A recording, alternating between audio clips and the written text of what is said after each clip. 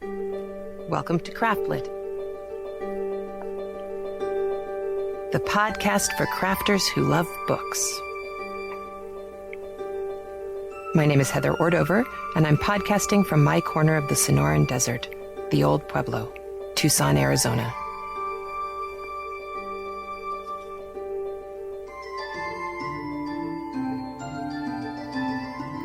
Episode 169, Back to Front. Okay, so a couple of things. Hi, I left you about 4 minutes ago in my world. And as part of this fast-paced, crazy world that we're in, today in my world, you are going to get to listen to a lot more Persuasion. Now, where we left off, Captain Wentworth is back in Bath. The Crofts are in Bath. Senior Elliot, Sir Walter, is being a dork. And Elizabeth is Elizabeth. Mary's funny. Isn't Mary funny when she writes letters? I love her letters. And I love the way this girl is reading the letters. She has a beautiful temperament when it comes to sounding like Mary. It's good. It's really good. And then there's poor Anne. And of course, we know what's going on. And we understand why Lady Russell would think that Mr. Elliot and Anne would be a good match. But of course, we also know that Captain Wentworth is secretly in love with her still. And of course, she's never gotten over him. And even if Wentworth wasn't in the picture, it sounds like she'd pass Mr. Elliot by. So we have this lovely kind of confusion happening. And this is where Jane Austen, I think, obviously Mark Twain would disagree with me, but this is where I think Jane Austen does an impressive feat. We're pretty confident we know how the book is going to end, right? Even so, the tension gets worse and worse. It was the same with Pride and Prejudice. It's the same here. Part of it is because Jane Austen is so good at communicating propriety and how we are supposed to behave. And back in, was it Pride and Prejudice? Is that Mr. Wickham? I think that's Mr. Wickham. Yes, that's Mr. Wickham. We kind of have a Wickham moment coming up, or a Wickham-esque moment coming up. But that whole propriety thing, it's not...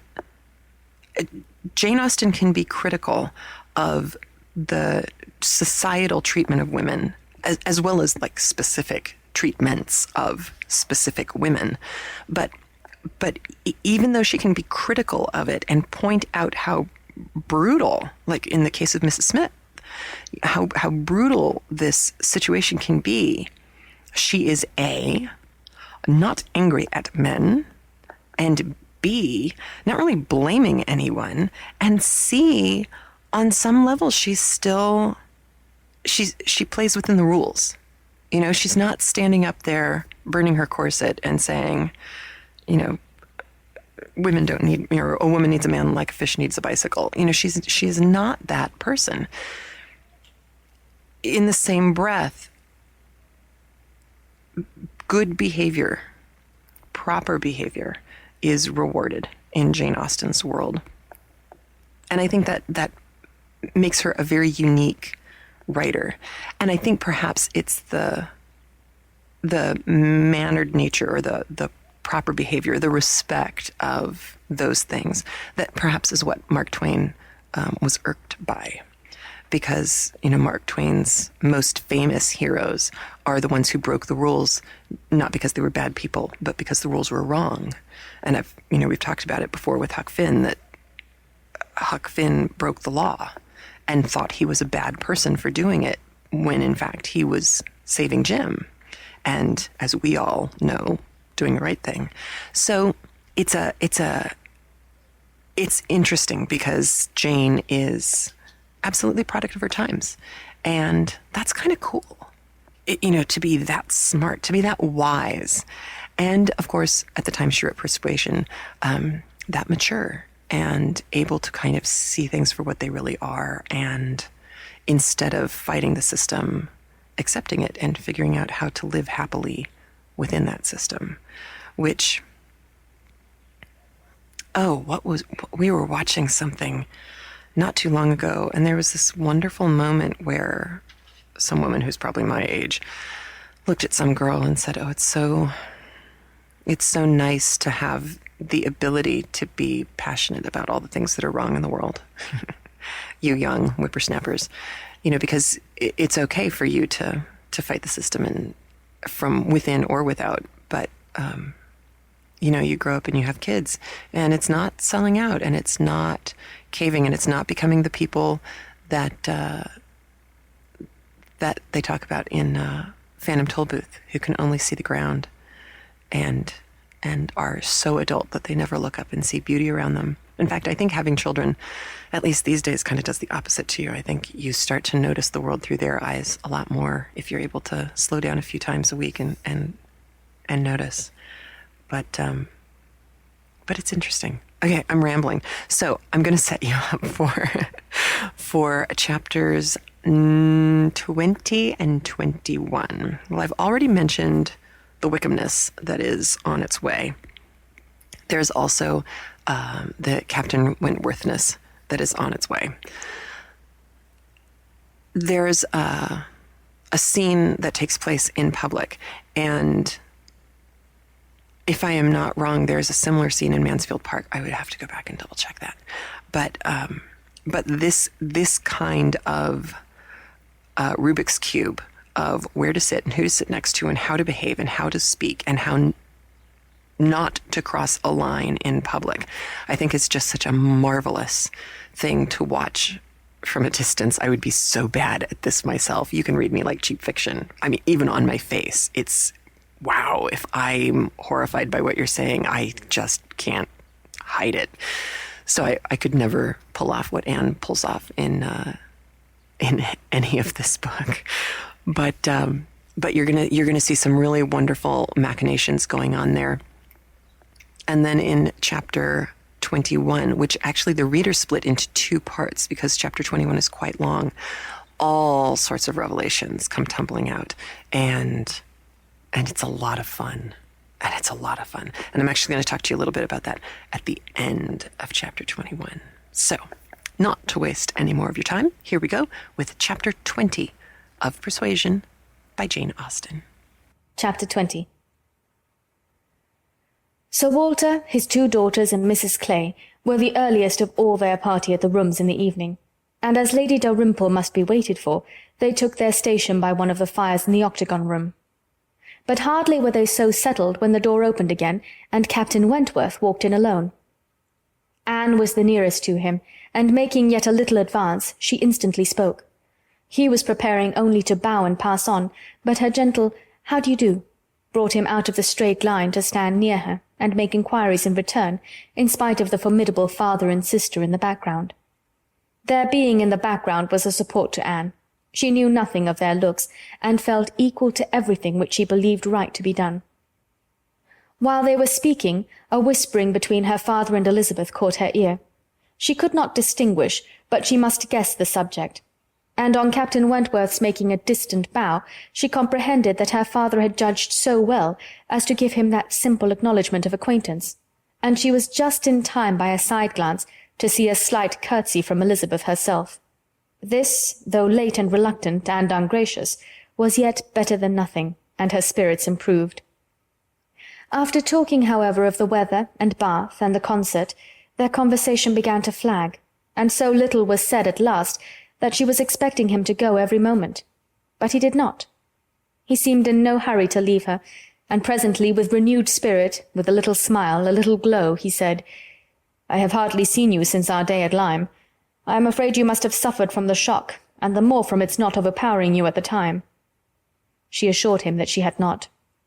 "It was a frightful hour," said he, "a frightful day," and he passed his hand across his eyes, as if the remembrance were still too painful, but in a moment, half smiling again, added, "The day has produced some effects, however, has had some consequences which must be considered as the very reverse of frightful.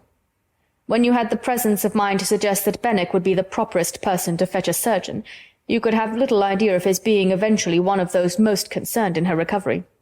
"Certainly I could have none.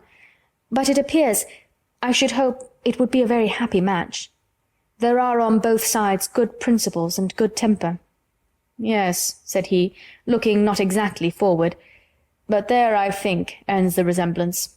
With all my soul I wish them happy, and rejoice over every circumstance in favour of it. They have no difficulties to contend with at home, no opposition, no caprice, no delays. The Musgroves are behaving like themselves, most honourably and kindly, only anxious with true parental hearts to promote their daughter's comfort. All this is much, very much, in favour of their happiness. More than perhaps—" He stopped.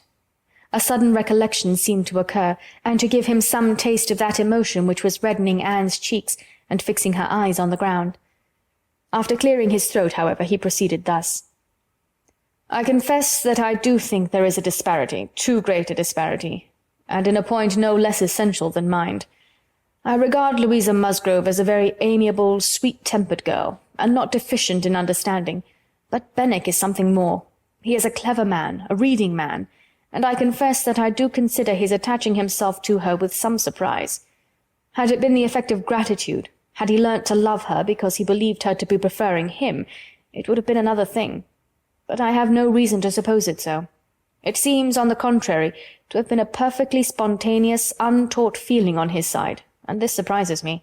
A man like him, in his situation, with a heart pierced, wounded, almost broken. Fanny Harville was a very superior creature, and his attachment to her was indeed attachment. A man does not recover from such a devotion of the heart to such a woman. He ought not. He does not." Either from the consciousness, however, that his friend had recovered, or from other consciousness, he went no further. And Anne, who, in spite of the agitated voice in which the latter part had been uttered, and in spite of all the various noises of the room, the almost ceaseless slam of the door, and ceaseless buzz of persons walking through, had distinguished every word, was struck, gratified, confused, and beginning to breathe very quick, and feel 100 things in a moment. It was impossible for her to enter on such a subject, and yet, after a pause, feeling the necessity of speaking, and having not the smallest wish for a total change, she only deviated so far as to say, "You were a good while at Lyme, I think?" "About a fortnight. I could not leave it till Louisa's doing well was ascertained. I had been too deeply concerned in the mischief to be soon at peace. It had been my doing, solely mine. She would not have been obstinate if I had not been weak. The country round Lyme is very fine. I walked and rode a great deal, and the more I saw, the more I found to admire." "I should very much like to see Lyme again," said Anne. "Indeed? I should not have supposed that you could have found anything in Lyme to inspire such a feeling. The horror and distress you were involved in, the stretch of mind, the wear of spirits, I should have thought your last impressions of Lyme must have been strong disgust." "The last hours were certainly very painful," replied Anne, "but when pain is over, the remembrance of it often becomes a pleasure. One does not love a place the less for having suffered in it, unless it has been all suffering, nothing but suffering, which was by no means the case at Lyme. We were only in anxiety and distress during the last 2 hours, and previously there had been a great deal of enjoyment, so much novelty and beauty. I have travelled so little that every fresh place would be interesting to me, but there is real beauty at Lyme, and in short," with a faint blush at some recollections, "altogether my impressions of the place are very agreeable." As she ceased, the entrance door opened again, and the very party appeared for whom they were waiting. "Lady Dalrymple, Lady Dalrymple," was the rejoicing sound, and with all the eagerness compatible with anxious elegance, Sir Walter and his 2 ladies stepped forward to meet her. Lady Dalrymple and Miss Carteret, escorted by Mr. Elliot and Colonel Wallis, who had happened to arrive nearly at the same instant, advanced into the room. The others joined them, and it was a group in which Anne found herself also necessarily included. She was divided from Captain Wentworth. Their interesting, almost too interesting conversation must be broken up for a time, but slight was the penance compared with the happiness which brought it on. She had learnt, in the last 10 minutes, more of his feelings towards Louisa, more of all his feelings, than she dared to think of, and she gave herself up to the demands of the party, to the needful civilities of the moment, with exquisite, though agitated sensations. She was in good humour with all. She had received ideas which disposed her to be courteous and kind to all, and to pity everyone as being less happy than herself. The delightful emotions were a little subdued when, on stepping back from the group to be joined again by Captain Wentworth, she saw that he was gone. She was just in time to see him turn into the concert-room. He was gone. He had disappeared. She felt a moment's regret. But they should meet again. He would look for her. He would find her out before the evening were over, and at present, perhaps, it was as well to be asunder. She was in need of a little interval for recollection. Upon Lady Russell's appearance soon afterwards, the whole party was collected, and all that remained was to marshal themselves and proceed into the concert-room, and be of all the consequence in their power, draw as many eyes, excite as many whispers, and disturb as many people as they could. Very, very happy were both Elizabeth and Anne Elliot as they walked in. Elizabeth, arm in arm with Miss Carteret, and looking on the broad back of the Dowager Viscountess Dalrymple before her, had nothing to wish for which did not seem within her reach. And Anne— but it would be an insult to the nature of Anne's felicity to draw any comparison between it and her sister's. The origin of one all selfish vanity, of the other all generous attachment. Anne saw nothing, thought nothing of the brilliancy of the room. Her happiness was from within. Her eyes were bright and her cheeks glowed, but she knew nothing about it. She was thinking only of the last half-hour, and as they passed to their seats, her mind took a hasty range over it.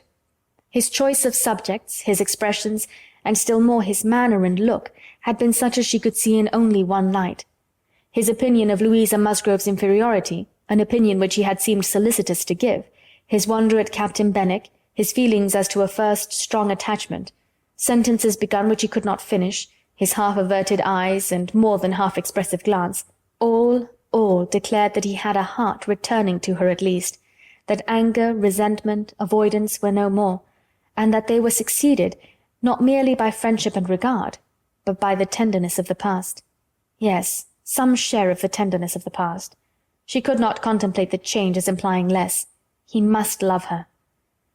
These were thoughts, with their attendant visions, which occupied and flurried her too much to leave her any power of observation. And she passed along the room without having a glimpse of him, without even trying to discern him. When their places were determined on, and they were all properly arranged, she looked round to see if he should happen to be in the same part of the room, but he was not. Her eye could not reach him, and the concert being just opening, she must consent for a time to be happy in a humbler way. The party was divided and disposed of on two contiguous benches. Anne was among those on the foremost, and Mr. Elliot had manoeuvred so well, with the assistance of his friend Colonel Wallis, as to have a seat by her. Miss Elliot, surrounded by her cousins, and the principal object of Colonel Wallis's gallantry, was quite contented. Anne's mind was in a most favourable state for the entertainment of the evening. It was just occupation enough. She had feelings for the tender, spirits for the gay, attention for the scientific, and patience for the wearisome, and had never liked a concert better, at least during the first act. Towards the close of it, in the interval succeeding an Italian song, she explained the words of the song to Mr. Elliot. They had a concert bill between them. "This," said she, "is nearly the sense, or rather the meaning of the words, for certainly the sense of an Italian love song must not be talked of, but it is as nearly the meaning as I can give, for I do not pretend to understand the language. I am a very poor Italian scholar." Yes, I see you are. I see you know nothing of the matter. You have only knowledge enough of the language to translate at sight these inverted, transposed, curtailed Italian lines into clear, comprehensible, elegant English. You need not say anything more of your ignorance. Here is complete proof. I will not oppose such kind politeness, but I should be sorry to be examined by a real proficient. "I have not had the pleasure of visiting in Camden Place so long," replied he, "without knowing something of Miss Anne Elliot, and I do regard her as one who is too modest for the world in general to be aware of half her accomplishments, and too highly accomplished for modesty to be natural in any other woman." For shame, this is too much flattery. I forget what we are to have next," turning to the bill. "Perhaps," said Mr. Elliot, speaking low, "I have had a longer acquaintance with your character than you are aware of." "Indeed? How so? You can have been acquainted with it only since I came to Bath, excepting as you might hear me previously spoken of in my own family." "I knew you by report long before you came to Bath. I had heard you described by those who knew you intimately. I have been acquainted with you by character many years. Your person, your disposition, accomplishments, manner, they were all present to me." Mr. Elliot was not disappointed in the interest he hoped to raise. No one can withstand the charm of such a mystery. To have been described long ago to a recent acquaintance by nameless people is irresistible, and Anne was all curiosity. She wondered and questioned him eagerly, but in vain. He delighted in being asked, but he would not tell. No. Some time or other perhaps, but not now. He would mention no names now, but such, he could assure her, had been the fact. He had many years ago received such a description of Miss Anne Elliot as had inspired him with the highest idea of her merit and excited the warmest curiosity to know her. Anne could think of no one so likely to have spoken with partiality of her many years ago as the Mr. Wentworth of Monkford, Captain Wentworth's brother. He might have been in Mr. Elliot's company, but she had not courage to ask the question. "The name of Anne Elliot," said he, "has long had an interesting sound to me. Very long has it possessed a charm over my fancy, and if I dared, I would breathe my wishes that the name might never change." Such, she believed, were his words, but scarcely had she received their sound than her attention was caught by other sounds immediately behind her, which rendered everything else trivial. Her father and Lady Dalrymple were speaking. "A well-looking man," said Sir Walter, "a very well-looking man." "A very fine young man indeed," said Lady Dalrymple. "More air than one often sees in Bath. Irish, I dare say." "No, I just know his name, a bowing acquaintance. Wentworth, Captain Wentworth of the Navy. His sister married my tenant in Somersetshire, the Croft who rents Kellynch." Before Sir Walter had reached this point, Anne's eyes had caught the right direction, and distinguished Captain Wentworth standing among a cluster of men at a little distance. As her eyes fell on him, his seemed to be withdrawn from her. It had that appearance. It seemed as if she had been one moment too late, and as long as she dared observe, he did not look again. But the performance was recommencing, and she was forced to seem to restore her attention to the orchestra and look straight forward. When she could give another glance, he had moved away. He could not have come nearer to her if he would. She was so surrounded and shut in, but she would rather have caught his eye. Mr. Elliot's speech, too, distressed her. She had no longer any inclination to talk to him. She wished him not so near her. The first act was over.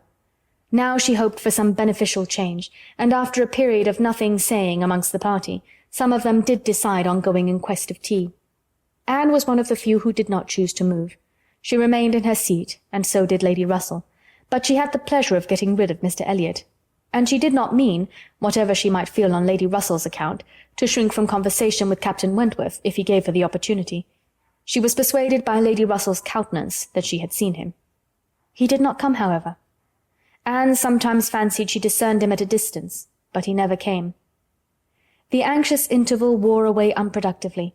The others returned, the room filled again, benches were reclaimed and repossessed, and another hour of pleasure or of penance was to be sat out.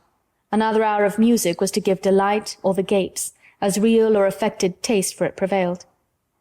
To Anne it chiefly wore the prospect of an hour of agitation. She could not quit that room in peace without seeing Captain Wentworth once more, without the interchange of one friendly look. In resettling themselves, there were now many changes, the result of which was favourable for her. Colonel Wallis declined sitting down again, and Mr. Elliot was invited by Elizabeth and Miss Carteret, in a manner not to be refused, to sit between them, and by some other removals, and a little scheming of her own, Anne was enabled to place herself much nearer the end of the bench than she had been before, much more within reach of a passer-by.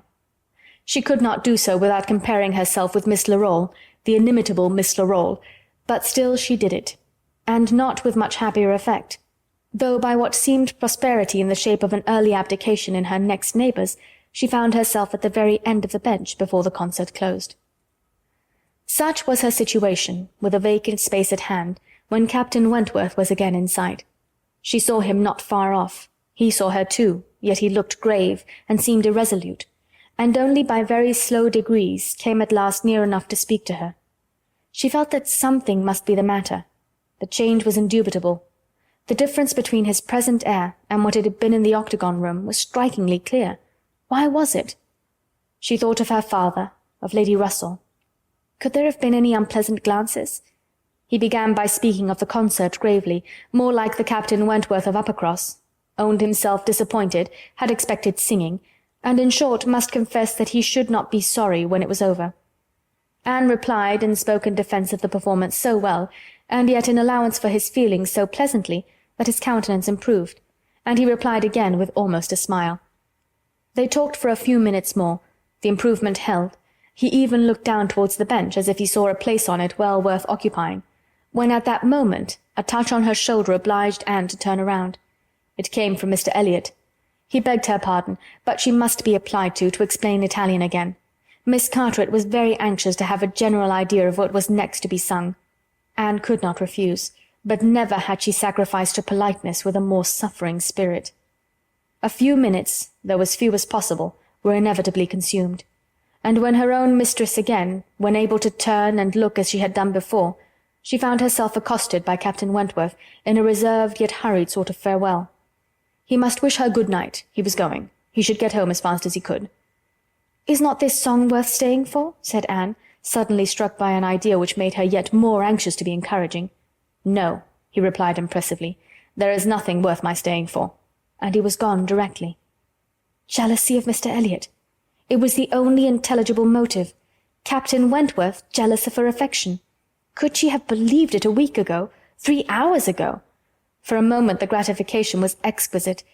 But alas, there were very different thoughts to succeed. How was such jealousy to be quieted? How was the truth to reach him? How, in all the peculiar disadvantages of their respective situations, would he ever learn of her real sentiments? It was misery to think of Mr. Elliot's attentions. Their evil was incalculable. End of Chapter 20. Chapter 21, Part 1. Anne recollected with pleasure the next morning her promise of going to Mrs. Smith, meaning that it should engage her from home at the time when Mr. Elliot would be most likely to call, for to avoid Mr. Elliot was almost her first object. She felt a great deal of goodwill towards him.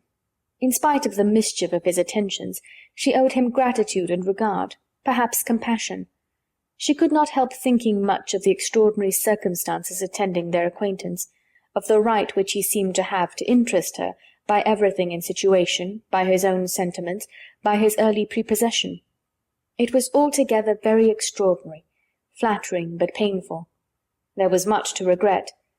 How she might have felt had there been no Captain Wentworth in the case was not worth inquiry, for there was a Captain Wentworth, and be the conclusion of the present suspense good or bad, her affection would be his forever. Their union, she believed, could not divide her more from other men than their final separation. Prettier musings of high-wrought love and eternal constancy could never have passed along the streets of Bath than Anne was sporting with from Camden Place to Westgate Buildings. It was almost enough to spread purification and perfume all the way. She was sure of a pleasant reception, and her friend seemed this morning particularly obliged to her for coming, seemed hardly to have expected her, though it had been an appointment. An account of the concert was immediately claimed, and Anne's recollections of the concert were quite happy enough to animate her features and make her rejoice to talk of it. All that she could tell she told most gladly, but the all was little for one who had been there, and unsatisfactory for such an inquirer as Mrs. Smith, who had already heard, through the short-cut of a laundress and a waiter, rather more of the general success and produce of the evening than Anne could relate, and who now asked in vain for several particulars of the company. Everybody of any consequence or notoriety in Bath was well known by name to Mrs. Smith. "The little Durans were there, I conclude," she said, "with their mouths open to catch the music, like unfledged sparrows ready to be fed. They never miss a concert." "Yes, I did not see them myself, but I heard Mr. Elliot say they were in the room." "The Ibbotsons, were they there?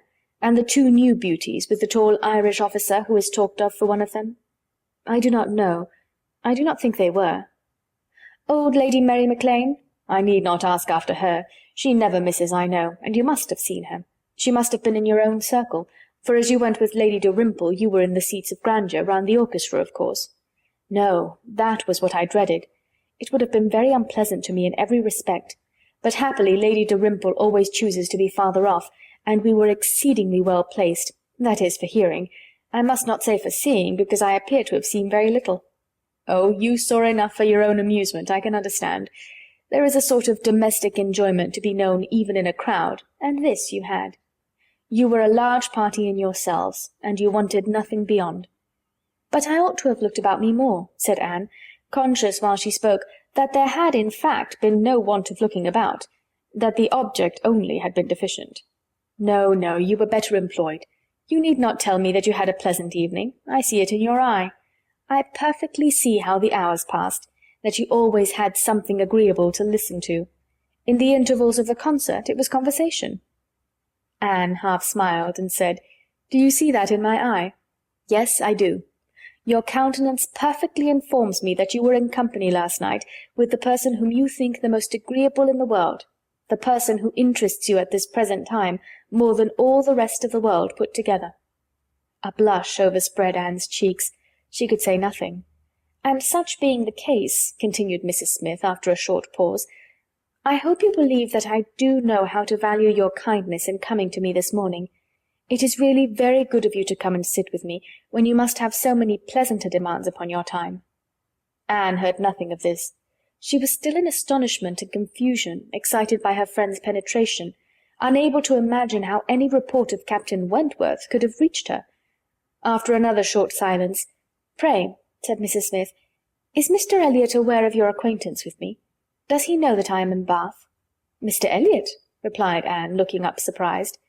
A moment's reflection showed her the mistake she had been under. She caught it instantaneously, and recovering her courage with the feeling of safety, soon added more composedly, "Are you acquainted with Mr. Elliot?" "I have been a good deal acquainted with him," replied Mrs. Smith gravely, "but it seems worn out now. It is a great while since we met." "I was not at all aware of this. You never mentioned it before." "Had I known it, I would have had the pleasure of talking to him about you." "To confess the truth," said Mrs. Smith, assuming her usual air of cheerfulness, "that is exactly the pleasure I want you to have.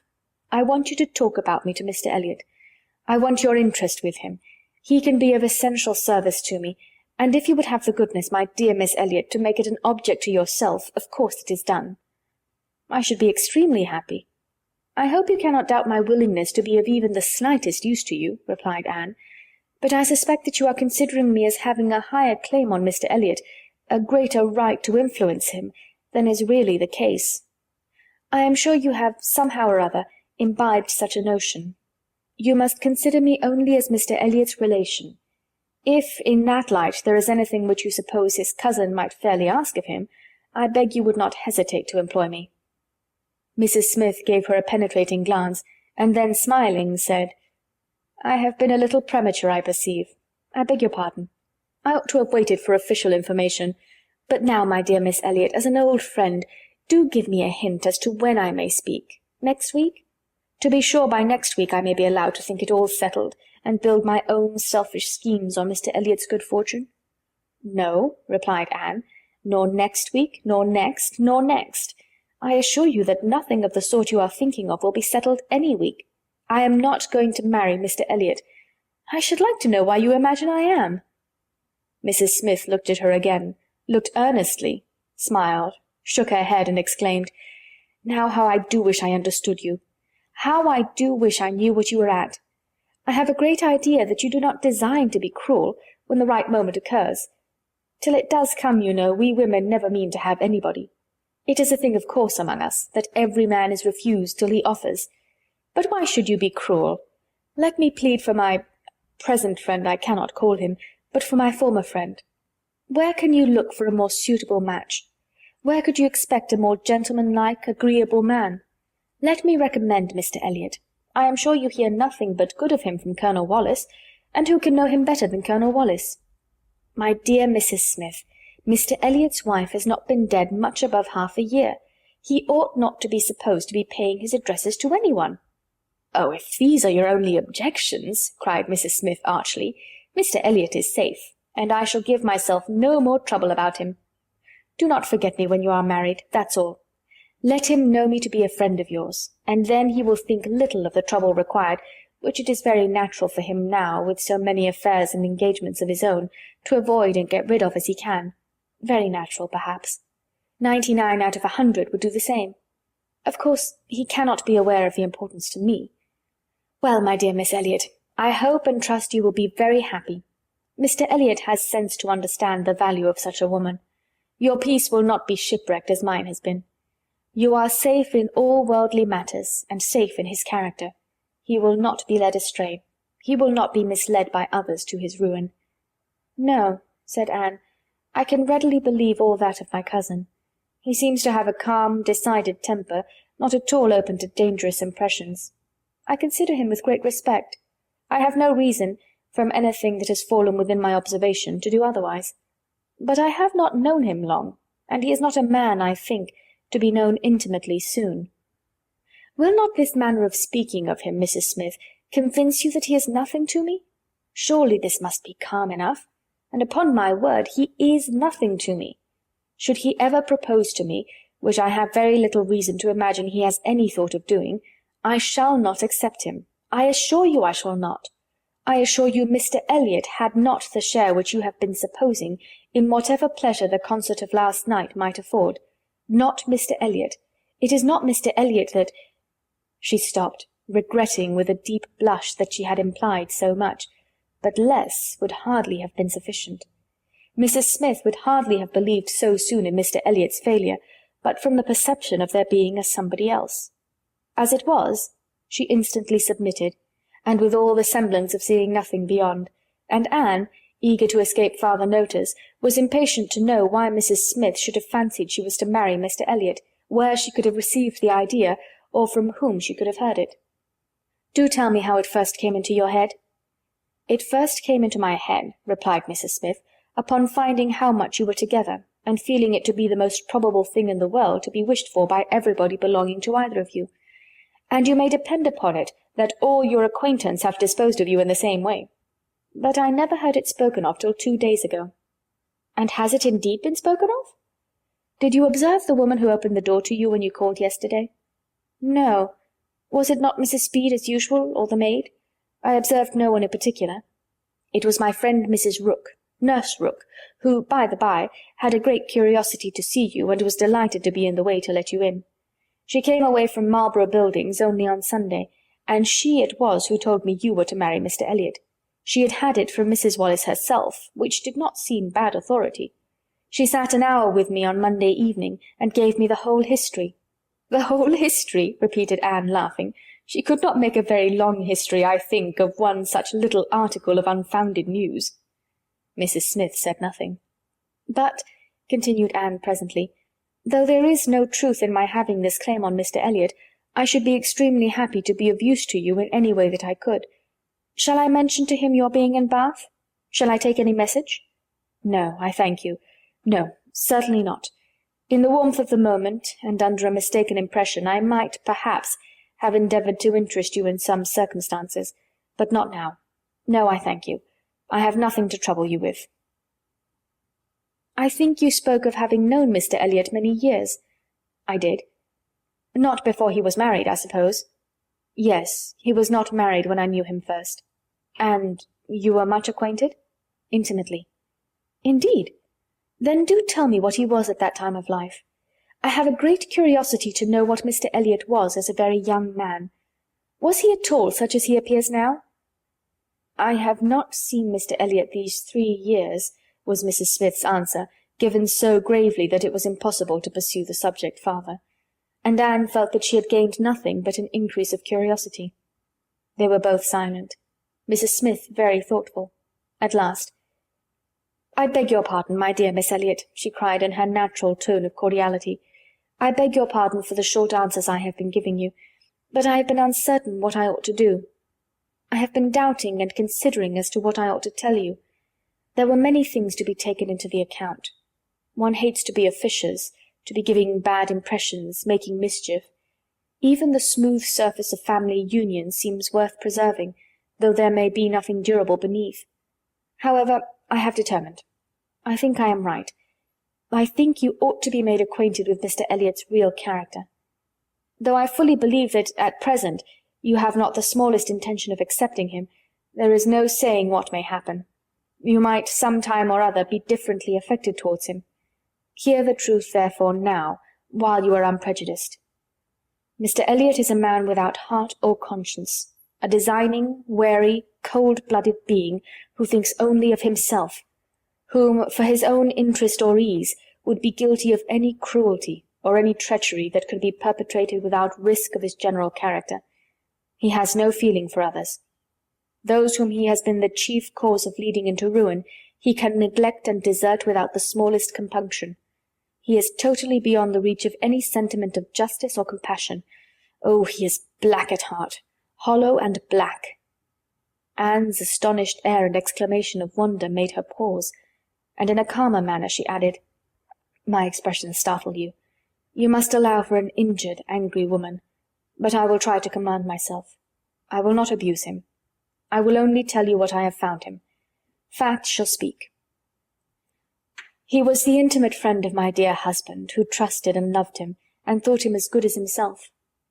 The intimacy had been formed before our marriage. I found them most intimate friends, and I too became excessively pleased with Mr. Elliot, and entertained the highest opinion of him. At 19, you know, one does not think very seriously. But Mr. Elliot appeared to me quite as good as others, and much more agreeable than most others, and we were almost always together. We were principally in town, living in very good style. He was then the inferior in circumstances. He was then the poor one. He had chambers in the Temple, and it was as much as he could do to support the appearance of a gentleman. He had always a home with us whenever he chose it. He was always welcome. He was like a brother.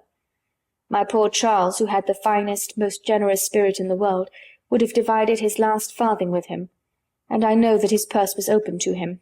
I know that he often assisted him." "This must have been about that very period of Mr. Elliot's life," said Anne, "which has always excited my particular curiosity. It must have been about the same time that he became known to my father and sister. I never knew him myself. I only heard of him.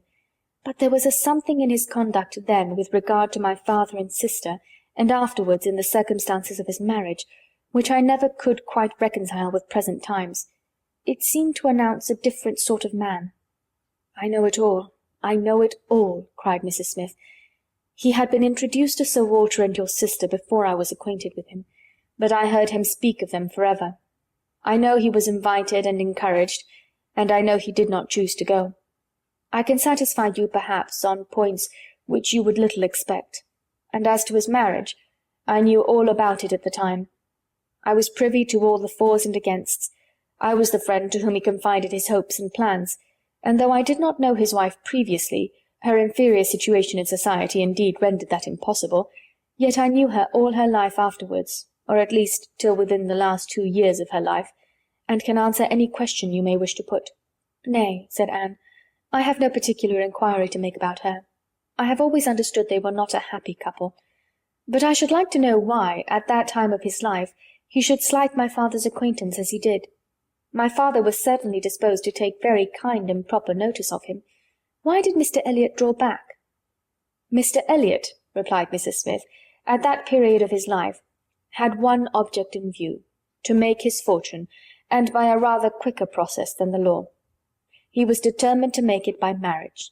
He was determined, at least, not to mar it by an imprudent marriage, and I know it was his belief, whether justly or not of course I cannot decide, that your father and sister, in their civilities and invitations, were designing a match between the heir and the young lady, and it was impossible that such a match could have answered his ideas of wealth and independence. That was his motive for drawing back, I can assure you. He told me the whole story. He had no concealments with me. It was curious that having just left you behind me in Bath, my first and principal acquaintance on marrying should be your cousin, and that through him I should be continually hearing of your father and sister. He described one Miss Elliot, and I thought very affectionately of the other." "Perhaps," cried Anne, struck by a sudden idea, "you sometimes spoke of me to Mr. Elliot?" "To be sure I did, very often. I used to boast of my own Anne Elliot, and vouch for your being a very different creature from—" She checked herself just in time. "This accounts for something which Mr. Elliot said last night," cried Anne. "This explains it. I found he had been used to hear of me. I could not comprehend how. What wild imaginations one forms where dear self is concerned! How sure to be mistaken! But I beg your pardon, I have interrupted you. Mr. Elliot married then completely for money? The circumstances probably which first opened your eyes to his character." Mrs. Smith hesitated a little here. "Oh, those things are too common. When one lives in the world, a man or woman's marrying for money is too common to strike one as it ought. I was very young, and associated only with the young, and we were a thoughtless, gay set, without any strict rules of conduct. We lived for enjoyment. I think differently now. Time and sickness and sorrow have given me other notions, but at that period I must own I saw nothing reprehensible in what Mr. Elliot was doing. To do the best for himself passed as a duty. End of Chapter 21, Part 1. Chapter 21, Part 2. But was she not a very low woman? Yes, which I objected to, but he would not regard. Money. Money was all he wanted. Her father was a grazier, her grandfather had been a butcher, but that was all nothing. She was a fine woman, had had a decent education, was brought forward by some cousins, thrown by chance into Mr. Elliot's company, and fell in love with him. And not a difficulty or a scruple was there on his side with respect to her birth. All his caution was spent in being secured of the real amount of her fortune before he committed himself. Depend upon it, whatever esteem Mr. Elliot may have for his own situation in life now, as a young man he had not the smallest value for it. His chance for the Kellynch estate was something, but all the honour of the family he held as cheap as dirt. I have often heard him declare that if baronetcies were saleable, anybody should have his for £50, arms and motto, name and livery included. But I will not pretend to repeat half that I used to hear him say on that subject. It would not be fair. And yet you ought to have proof. For what is all this but assertion? And you shall have proof. Indeed, my dear Mrs. Smith, I want none, cried Anne. You have asserted nothing contradictory to what Mr. Elliot appeared to be some years ago. This is all confirmation, rather, of what we used to hear and believe. I am more curious to know why he should be so different now. But for my satisfaction, if you will have the goodness to ring for Mary, stay, I am sure you will have the still greater goodness of going yourself into my bedroom, and bringing me the small inlaid box which you will find on the upper shelf of the closet. Anne, seeing her friend to be earnestly bent on it, did as she was desired. The box was brought and placed before her, and Mrs. Smith, sighing over it as she unlocked it, said, "This is full of papers belonging to him, to my husband, a small portion only of what I had to look over when I lost him. The letter I am looking for was written by Mr. Elliot to him before our marriage, and happened to be saved, why one can hardly imagine. But he was careless and immethodical, like other men, about those things, and when I came to examine his papers, I found it with others still more trivial, from different people scattered here and there, while many letters and memorandums of real importance had been destroyed. Here it is. I would not burn it, because being even then very little satisfied with Mr. Elliot, I was determined to preserve every document of former intimacy. I have now another motive for being glad that I can produce it." This was the letter, directed to Charles Smith, Esquire, Tunbridge Wells, and dated from London as far back as July 1803. "Dear Smith, I have received yours. Your kindness almost overpowers me. I wish nature had made such hearts as yours more common, but I have lived 23 years in the world, and have seen none like it. At present, believe me, I have no need of your services, being in cash again. Give me joy. I have got rid of Sir Walter and Miss. They are gone back to Kellynch, and almost made me swear to visit them this summer. But my first visit to Kellynch will be with a surveyor, to tell me how to bring it with best advantage to the hammer. The baronet, nevertheless, is not unlikely to marry again. He is quite fool enough. If he does, however, they will leave me in peace, which may be a decent equivalent for the reversion. He is worse than last year. I wish I had any name but Elliot. I am sick of it. The name of Walter I can drop, thank God, and I desire you will never insult me with my second W again, meaning for the rest of my life to be only yours truly, William Elliot." Such a letter could not be read without putting Anne in a glow, and Mrs. Smith, observing the high colour in her face, said, "The language, I know, is highly disrespectful. Though I have forgot the exact terms, I have a perfect impression of the general meaning, but it shows you the man. Mark his professions to my poor husband. Can anything be stronger?" Anne could not immediately get over the shock and mortification of finding such words applied to her father. She was obliged to recollect that her seeing the letter was a violation of the laws of honour, that no one ought to be judged or to be known by such testimonies, that no private correspondence could bear the eye of others, before she could recover calmness enough to return the letter which she had been meditating over, and say, "Thank you. This is full proof, undoubtedly, proof of everything you were saying. But why be acquainted with us now?" "I can explain this too," cried Mrs. Smith, smiling. "Can you really?" "Yes. I have shown you Mr. Elliot as he was a dozen years ago, and I will show you him as he is now. I cannot produce written proof again, but I can give as authentic oral testimony as you can desire of what he is now wanting and what he is now doing. He is no hypocrite now. He truly wants to marry you. His present attentions to your family are very sincere, quite from the heart. I will give you my authority. His friend Colonel Wallis. Colonel Wallis? You were acquainted with him? No. It does not come to me in quite so direct a line as that. It takes a bend or two, but nothing of consequence. The stream is as good as at first. The little rubbish it collects in the turnings is easily moved away. Mr. Elliot talks unreservedly to Colonel Wallis of his views on you, which said Colonel Wallis I imagine to be in himself a sensible, careful, discerning sort of character. But Colonel Wallis has a very pretty, silly wife, to whom he tells things which he had better not, and he repeats it all to her. She, in the overflowing spirits of her recovery, repeats it all to her nurse, and the nurse, knowing my acquaintance with you, very naturally brings it all to me. On Monday evening my good friend Mrs. Rooke let me thus much into the secrets of Marlborough Buildings. When I talked of a whole history, therefore, you see I was not romancing so much as you supposed. My dear Mrs. Smith, your authority is deficient. This will not do. Mr. Elliot's having any views on me will not in the least account for the efforts he made towards a reconciliation with my father. That was all prior to my coming to Bath. I found them on the most friendly terms when I arrived. I know you did. I know it all perfectly, but, indeed, Mrs. Smith, we must not expect to get real information in such a line.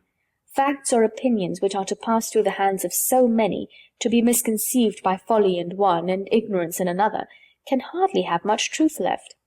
Only give me a hearing. You will soon be able to judge of the general credit due by listening to some particulars which you can yourself immediately contradict or confirm. Nobody supposes that you were his first inducement. He had seen you indeed before he came to Bath, and admired you, but without knowing it to be you. So says my historian at least. Is this true? Did he see you last summer or autumn somewhere down in the west, to use her own words, without knowing it to be you? He certainly did. So far it is very true. At Lyme. I happened to be at Lyme. Well, continued Mrs. Smith triumphantly, grant my friend the credit due to the establishment of the first point asserted. He saw you then at Lyme, and liked you so well as to be exceedingly pleased to meet with you again in Camden Place, as Miss Anne Elliot, and from that moment, I have no doubt, had a double motive in his visits there. But there was another and an earlier, which I will now explain. If there is anything in my story which you know to be either false or improbable, stop me. My account states that your sister's friend, the lady now staying with you, whom I have heard you mention, came to Bath with Miss Elliot and Sir Walter as long ago as September, in short, when they first came themselves, and has been staying there ever since, that she is a clever, insinuating, handsome woman, poor and plausible, and altogether such in situation and manner as to give a general idea among Sir Walter's acquaintance of her meaning to be Lady Elliot, and as a general surprise that Miss Elliot should be apparently blind to the danger. Here Mrs. Smith paused a moment, but Anne had not a word to say, and she continued. This was the light in which it appeared to those who knew the family long before you returned to it. And Colonel Wallis had his eye upon your father enough to be sensible of it, though he did not then visit in Camden Place. But his regard for Mr. Elliot gave him an interest in watching all that was going on there. And when Mr. Elliot came to Bath for a day or two, as he happened to do a little before Christmas, Colonel Wallis made him acquainted with the appearance of things, and the reports beginning to prevail. Now you are to understand that the time had worked a very material change in Mr. Elliot's opinions as to the value of the baronetcy. Upon all points of blood and connection he is a completely altered man. Having long had as much money as he could spend, nothing to wish for on the side of avarice or indulgence, he has been gradually learning to pin his happiness upon the consequence he is heir to.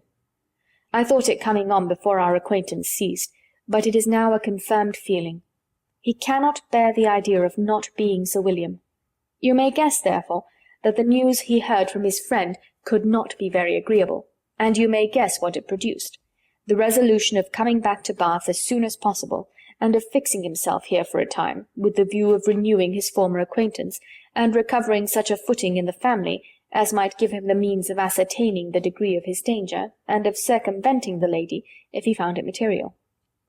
This was agreed upon between the two friends as the only thing to be done, and Colonel Wallis was to assist in every way that he could. He was to be introduced, and Mrs. Wallis was to be introduced, and everybody was to be introduced. Mr. Elliot came back accordingly, and on application was forgiven, as you know, and readmitted into the family. And there it was his constant object, and his only object, till your arrival added another motive, to watch Sir Walter and Mrs. Clay. He omitted no opportunity of being with them, threw himself in their way, called at all hours, but I need not be particular on this subject.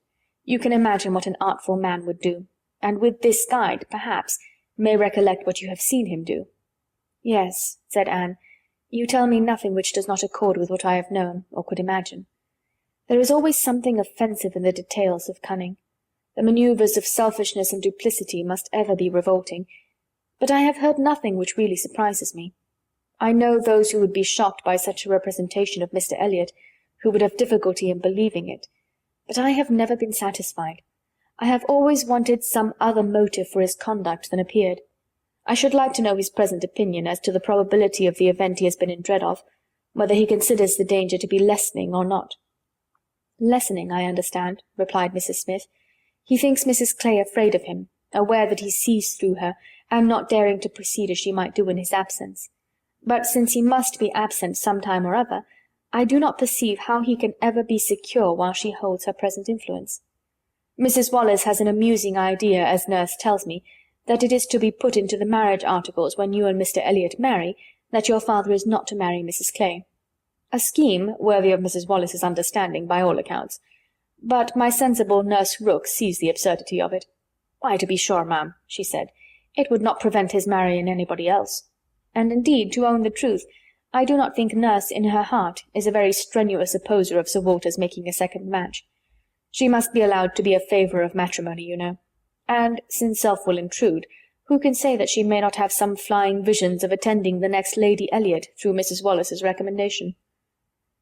I am very glad to know all this, said Anne after a little thoughtfulness. It will be more painful to me in some respects to be in company with him, but I shall know better what to do. My line of conduct will be more direct.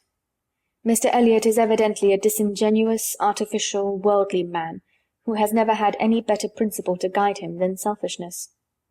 But Mr. Elliot was not done with. Mrs. Smith had been carried away from her first direction, and Anne had forgotten, in the interest of her own family concerns, how much had been originally implied against him. But her attention was now called to the explanation of those first hints, and she listened to a recital which, if it did not perfectly justify the unqualified bitterness of Mrs. Smith, proved him to have been very unfeeling in his conduct towards her, very deficient both in justice and compassion. She learned that, the intimacy between them continuing unimpaired by Mr. Elliot's marriage, they had been as before always together, and Mr. Elliot had led his friend into expenses much beyond his fortune. Mrs. Smith did not want to take blame to herself, and was most tender of throwing any on her husband, but Anne could collect that their income had never been equal to their style of living, and that from the first there had been a great deal of general and joint extravagance. From his wife's account of him, she could discern Mr. Smith to have been a man of warm feelings, easy temper, careless habits, and not strong understanding, much more amiable than his friend, and very unlike him, led by him, and probably despised by him. Mr. Elliot, raised by his marriage to great affluence, and disposed to every gratification of pleasure and vanity which could be commanded without involving himself, for with all his self-indulgence he had become a prudent man, and beginning to be rich just as his friend ought to have found himself to be poor, seemed to have had no concern at all for that friend's probable finances, but on the contrary had been prompting and encouraging expenses which could only end in ruin, and the Smiths accordingly had been ruined. The husband had died just in time to be spared the full knowledge of it. They had previously known embarrassments enough to try the friendship of their friends, and to prove that Mr. Elliot's had better not be tried. But it was not till his death that the wretched state of his affairs was fully known. With the confidence in Mr. Elliot's regard more creditable to his feelings than his judgment, Mr. Smith had appointed him the executor of his will. But Mr. Elliot would not act, and the difficulties and distress which this refusal had heaped on her, in addition to the inevitable sufferings of her situation, had been such as could not be related without anguish of spirit, or listened to without corresponding indignation. Anne was shown some letters of his on the occasion, answers to urgent applications from Mrs. Smith, which all breathed the same stern resolution of not engaging in a fruitless trouble, and under a cold civility the same hard-hearted indifference to any of the evils it might bring on her. It was a dreadful picture of ingratitude and inhumanity, and Anne felt at some moments that no flagrant open crime could have been worse. She had a great deal to listen to, all the particulars of past sad scenes, all the minutiae of distress upon distress, which in former conversations had been merely hinted at, were dwelt on now with a natural indulgence. Anne could perfectly comprehend the exquisite relief, and was only the more inclined to wonder at the composure of her friend's usual state of mind. There was one circumstance in the history of her grievances of particular irritation. She had good reason to believe that some property of her husband in the West Indies, which had been for many years under a sort of sequestration for the payment of its own encumbrances, might be recoverable by proper measures, and this property, though not large, would be enough to make her comparatively rich. But there was nobody to stir in it. Mr. Elliot would do nothing, and she could do nothing herself, equally disabled from personal exertion by her state of bodily weakness, and from employing others by her want of money. She had no natural connections to assist her even with their counsel, and she could not afford to purchase the assistance of the law. This was a cruel aggravation of actually straitened means. To feel that she ought to be in better circumstances, that a little trouble in the right place might do it, and to fear that delay might be even weakening her claims, was hard to bear. It was on this point that she had hoped to engage Anne's good offices with Mr. Elliot.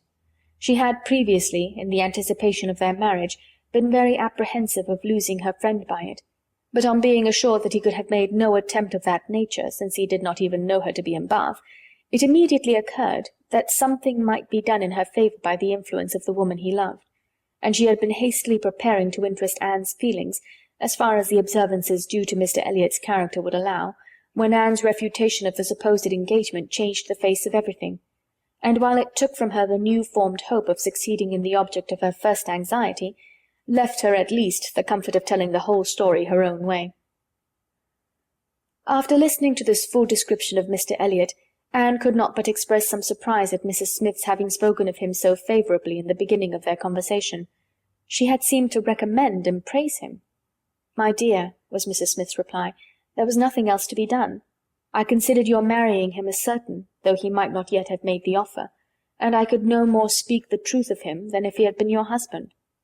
My heart bled for you as I talked of happiness. And yet he is sensible, he is agreeable, and with such a woman as you, it was not absolutely hopeless.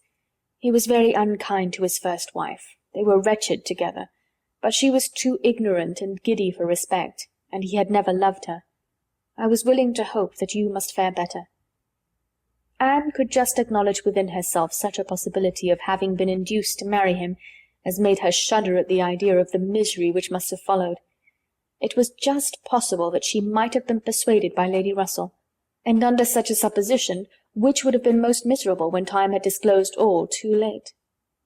It was very desirable that Lady Russell should be no longer deceived, and one of the concluding arrangements of this important conference, which carried them through the greater part of the morning, was, that Anne had full liberty to communicate to her friend everything relative to Mrs. Smith in which his conduct was involved. End of chapter 21. Shocking revelations. No. So that's our little Wickham moment. And a fairly brutal one at that. I mean, it's not just, oh, he ran off with someone. You know, he was mean to his first wife. He's horrible. Horrible. And horrible to Mrs. Smith. And what did she ever do to him? And I just can't stand it. If Sir Walter weren't bad enough, the next in line to the throne, as it were, is just as bad, if not worse. Much worse, actually. Horribly worse. But that just puts things in better for Captain Wentworth, doesn't it? Have a great week. I'll talk to you soon. Bye.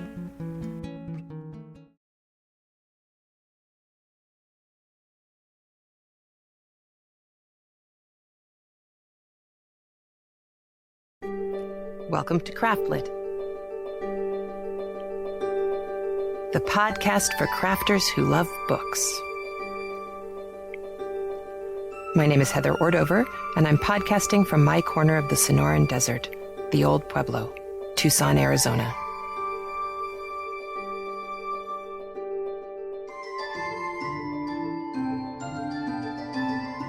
Episode 170, Bonanza, Part 1.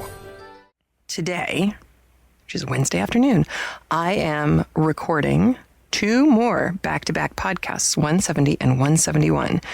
So, without yammering in your ear any further, we have Chapter 22, which is a rather long one, of Persuasion. Now, as you may recall, and I know it's been a little over a week, so for those of you who are listening in real time, the last episode was our Mr. Wickham moment. This is when we learned that Mr. Elliot, the younger, not Sir Walter, but young Mr. Elliot, who has been actively courting Anne, is perhaps not as wonderful as he has made us all think. And of course, there was always something a little suspicious about him. He was a little too perfect. It's kind of nice, I think, that in Jane Austen's books, the people who we are supposed to be rooting for are not perfect. Anne is not perfect. She has her moments where she gets a little snooty. And Elizabeth Bennet certainly has her issues with pride. And, Mr. Darcy is kind of a cold fish and hard to get to know, but Pemberley gave us that kind of visual metaphor for who he is. And here we have Captain Wentworth, who you can imagine, being told, I'm sorry, honey, I have to dump you because you're not classy enough for my family. That's gotta hurt, right?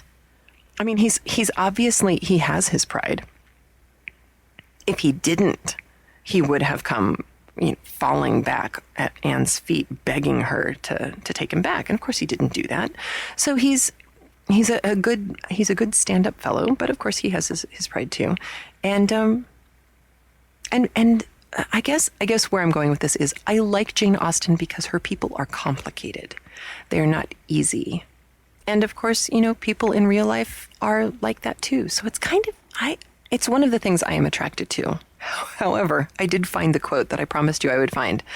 We have from Violin Knitter on Ravelry. This is Gabrielle. She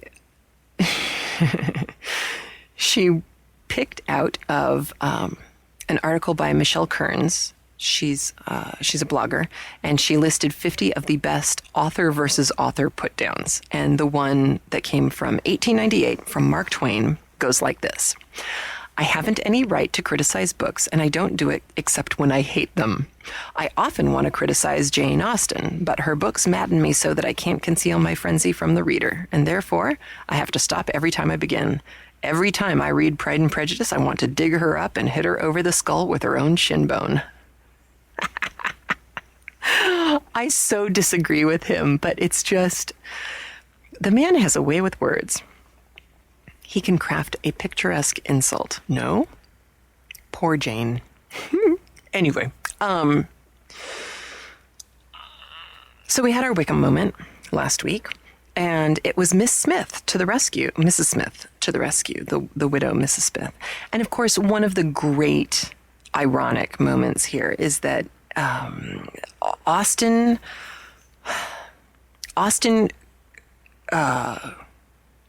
gives us this wonderful, absurd vision of Sir Walter and Elizabeth.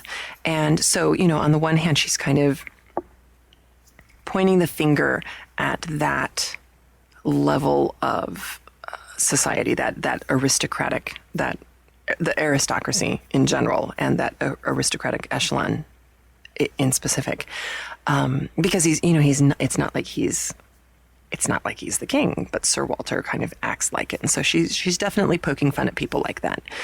At the same time, she is very clearly upholding social rules that say that the kind of, social climbing that young Mr. Elliot is doing is absolutely improper and wrong. And so she's put Anne in a very delicately woven position where, especially for a woman, it was important for Anne to choose the man she was going to marry wisely, considering all of the ramifications of that decision at that time. And while Anne thinks it's a bit embarrassing, it's socially acceptable to, if it's, I'm thinking of the Dalrymple connection, that it's perfectly within the bounds of social niceties for Sir Walter and his family to reconnect with Lady Dalrymple. They are, after all, related, if distantly, and so that's fine, if a little humiliating, which is kind of the part that Anne has issues with. But Mr. Elliot, young Mr. Elliot, crosses a number of lines, and she's very clear on that. I think the biggest one, and actually, if you saw the movie version of Persuasion, the one with Ciarán Hinds as Captain Wentworth, one of the things you saw was as Elizabeth left Kellynch Hall, she turns to Anne and makes some comment about how Anne really needs to go visit everybody in the village because it's the right thing to do. And of course, as the landed gentry of that area, you would be expected to kind of keep an eye out for your peeps, as it was. We saw the same thing happening on a, I don't want to say much more poverty-stricken level, but it is kind of a poverty-stricken level, in Little Women, where even though Marmee and her girls were not in any way, shape, or form doing well by larger society standards, they had food. And there were people in their town at the time who didn't. And so they were paying sick calls and trying to help people out who were struggling.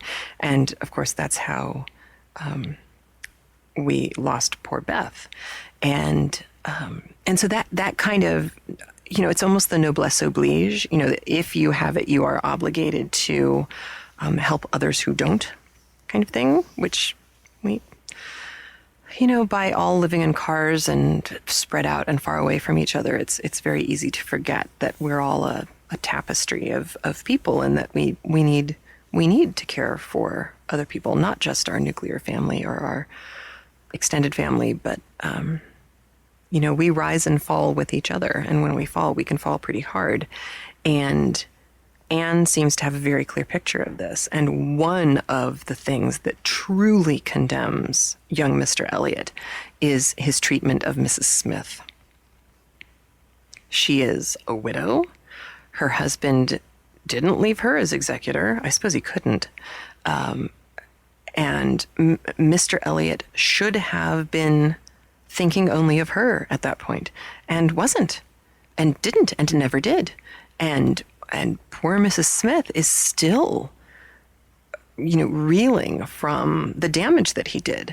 So it's not just that he was tactless and tasteless in talking about how he didn't want the title and Sir Walter was a dope and all of that stuff. It was really the line, in Anne's world, the line that really was crossed was the Mrs. Smith line. And I don't think that that's a redeemable fault, at least not in Anne's book. You would have to work awfully hard to come back from that. And remember, the corollary to this, looking back at Pride and Prejudice, was Mr. Darcy, that when Elizabeth's sister was compromised, it was Mr. Darcy who went and paid for and arranged a way to save her virtue and her name and her family's name. And of course, there's some selfish motive in it, I'm sure, because he had his eye on Elizabeth and he didn't want to have a dopey sister ruin his chances. But at the same time, he did the right thing. Even though, he was kind of putting himself out there. If other people had seen what he was doing, he might have been called into question. So on every level, Mr. Elliot has failed massively. And Anne is lucky that she avoided his grasp. So today, in chapter 22, you are going to see Mr. Elliot coming in, and you are going to see Anne's reaction to him. And you're also going to see a little covert action on the part of Mr. Elliot. You'll be able to start to put the pieces together for yourself and see what you think is going on. All of your answers will be provided for you in episode 171. There's also an interesting moment with Captain Wentworth. He's here, he's present in this chapter, but he's a little bit in the background. And it's interesting because, again, if you've seen the version of the movie that Ciarán Hinds is in, I found, strangely, this part of the movie to move too quickly for me. The book moves quickly here, but I almost didn't have a chance to savor these last few chapters. And one of the nice thing about the Austen books is that when you do get to this moment of kind of critical mass where things have started rolling downhill, all the chess pieces are in place. We've moved everything to the top of the mountain. And once they start rolling, to mix metaphors mercilessly, once the chess pieces start rolling down the mountain, there's really no stopping them. And even so, even though it moves quickly, it doesn't move as quickly as the movie, and it's a little easier to kind of relish the moments that we have as we build towards our final scenes in Persuasion. So, I am going to play you chapter 22 of Persuasion by Jane Austen. Anne went home to think over all that she had heard. In one point her feelings were relieved by this knowledge of Mr. Elliot. There was no longer anything of tenderness due to him. He stood as opposed to Captain Wentworth in all his own unwelcome obtrusiveness. And the evil of his attentions last night, the irremediable mischief he might have done, was considered with sensations unqualified, unperplexed. Pity for him was all over. But this was the only point of relief. In every other respect, in looking around her or penetrating forward, she saw more to distrust and to apprehend. She was concerned for the disappointment and pain Lady Russell would be feeling, for the mortifications which must be hanging over her father and sister, and had all the distress of foreseeing many evils without knowing how to avert any one of them. She was most thankful for her own knowledge of him. She had never considered herself as entitled to reward for not slighting an old friend like Mrs. Smith, but here was a reward indeed springing from it. Mrs. Smith had been able to tell her what no one else could have done. Could the knowledge have been extended through her family? But this was a vain idea. She must talk to Lady Russell, tell her, consult with her, and having done her best, wait the event with as much composure as possible. And after all, her greatest want of composure would be in that quarter of the mind which could not be open to Lady Russell, in that flow of anxieties and fears which must be all to herself. She found, on reaching home, that she had, as she intended, escaped seeing Mr. Elliot, that he had called and paid them a long morning visit, but hardly had she congratulated herself and felt safe when she heard that he was coming again in the evening. "I had not the smallest intention of asking him," said Elizabeth with affected carelessness, "but he gave so many hints, so Mrs. Clay says at least." "Indeed I do say it. I never saw anybody in my life spell harder for an invitation. Poor man, I was really in pain for him, for your hard-hearted sister, Miss Anne, seems bent on cruelty." "Oh," cried Elizabeth, "I have been rather too much used to the game to be soon overcome by a gentleman's hints. However, when I found how excessively he was regretting that he should miss my father this morning, I gave way immediately, for I would never really omit an opportunity of bringing him and Sir Walter together.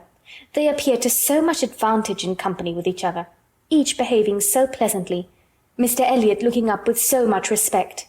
"Quite delightful," cried Mrs. Clay, not daring, however, to turn her eyes towards Anne. "Exactly like father and son. Dear Miss Elliot, may I not say father and son?"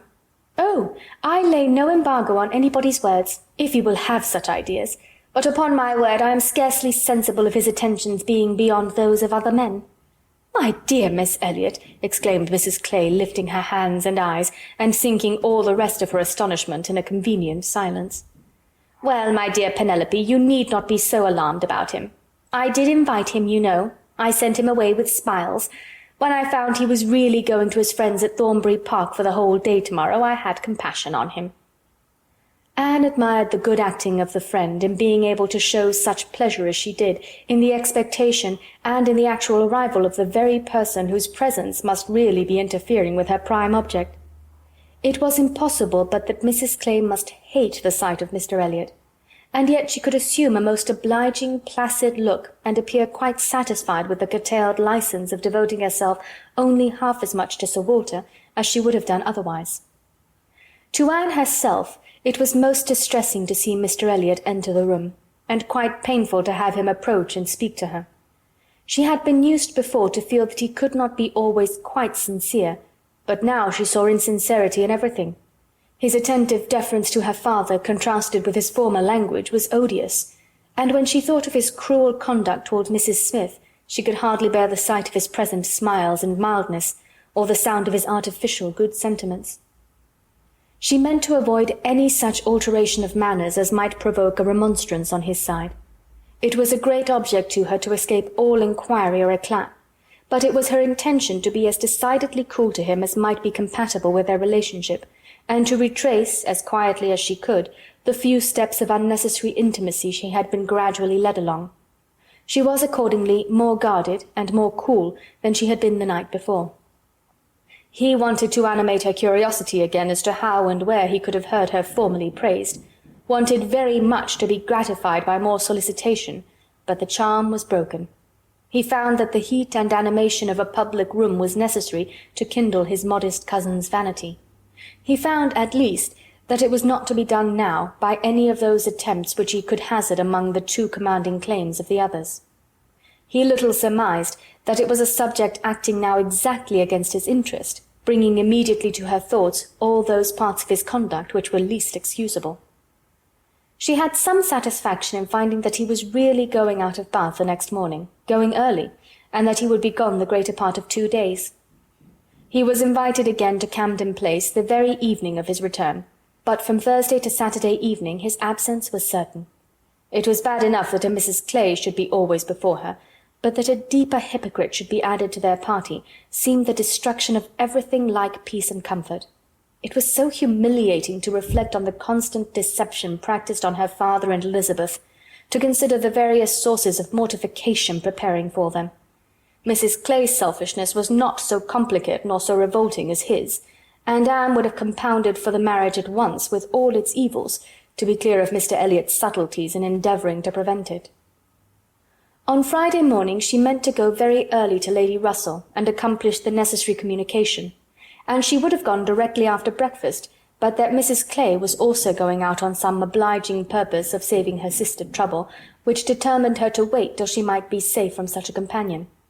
She saw Mrs. Clay fairly off, therefore, before she began to talk of spending the morning in Rivers Street.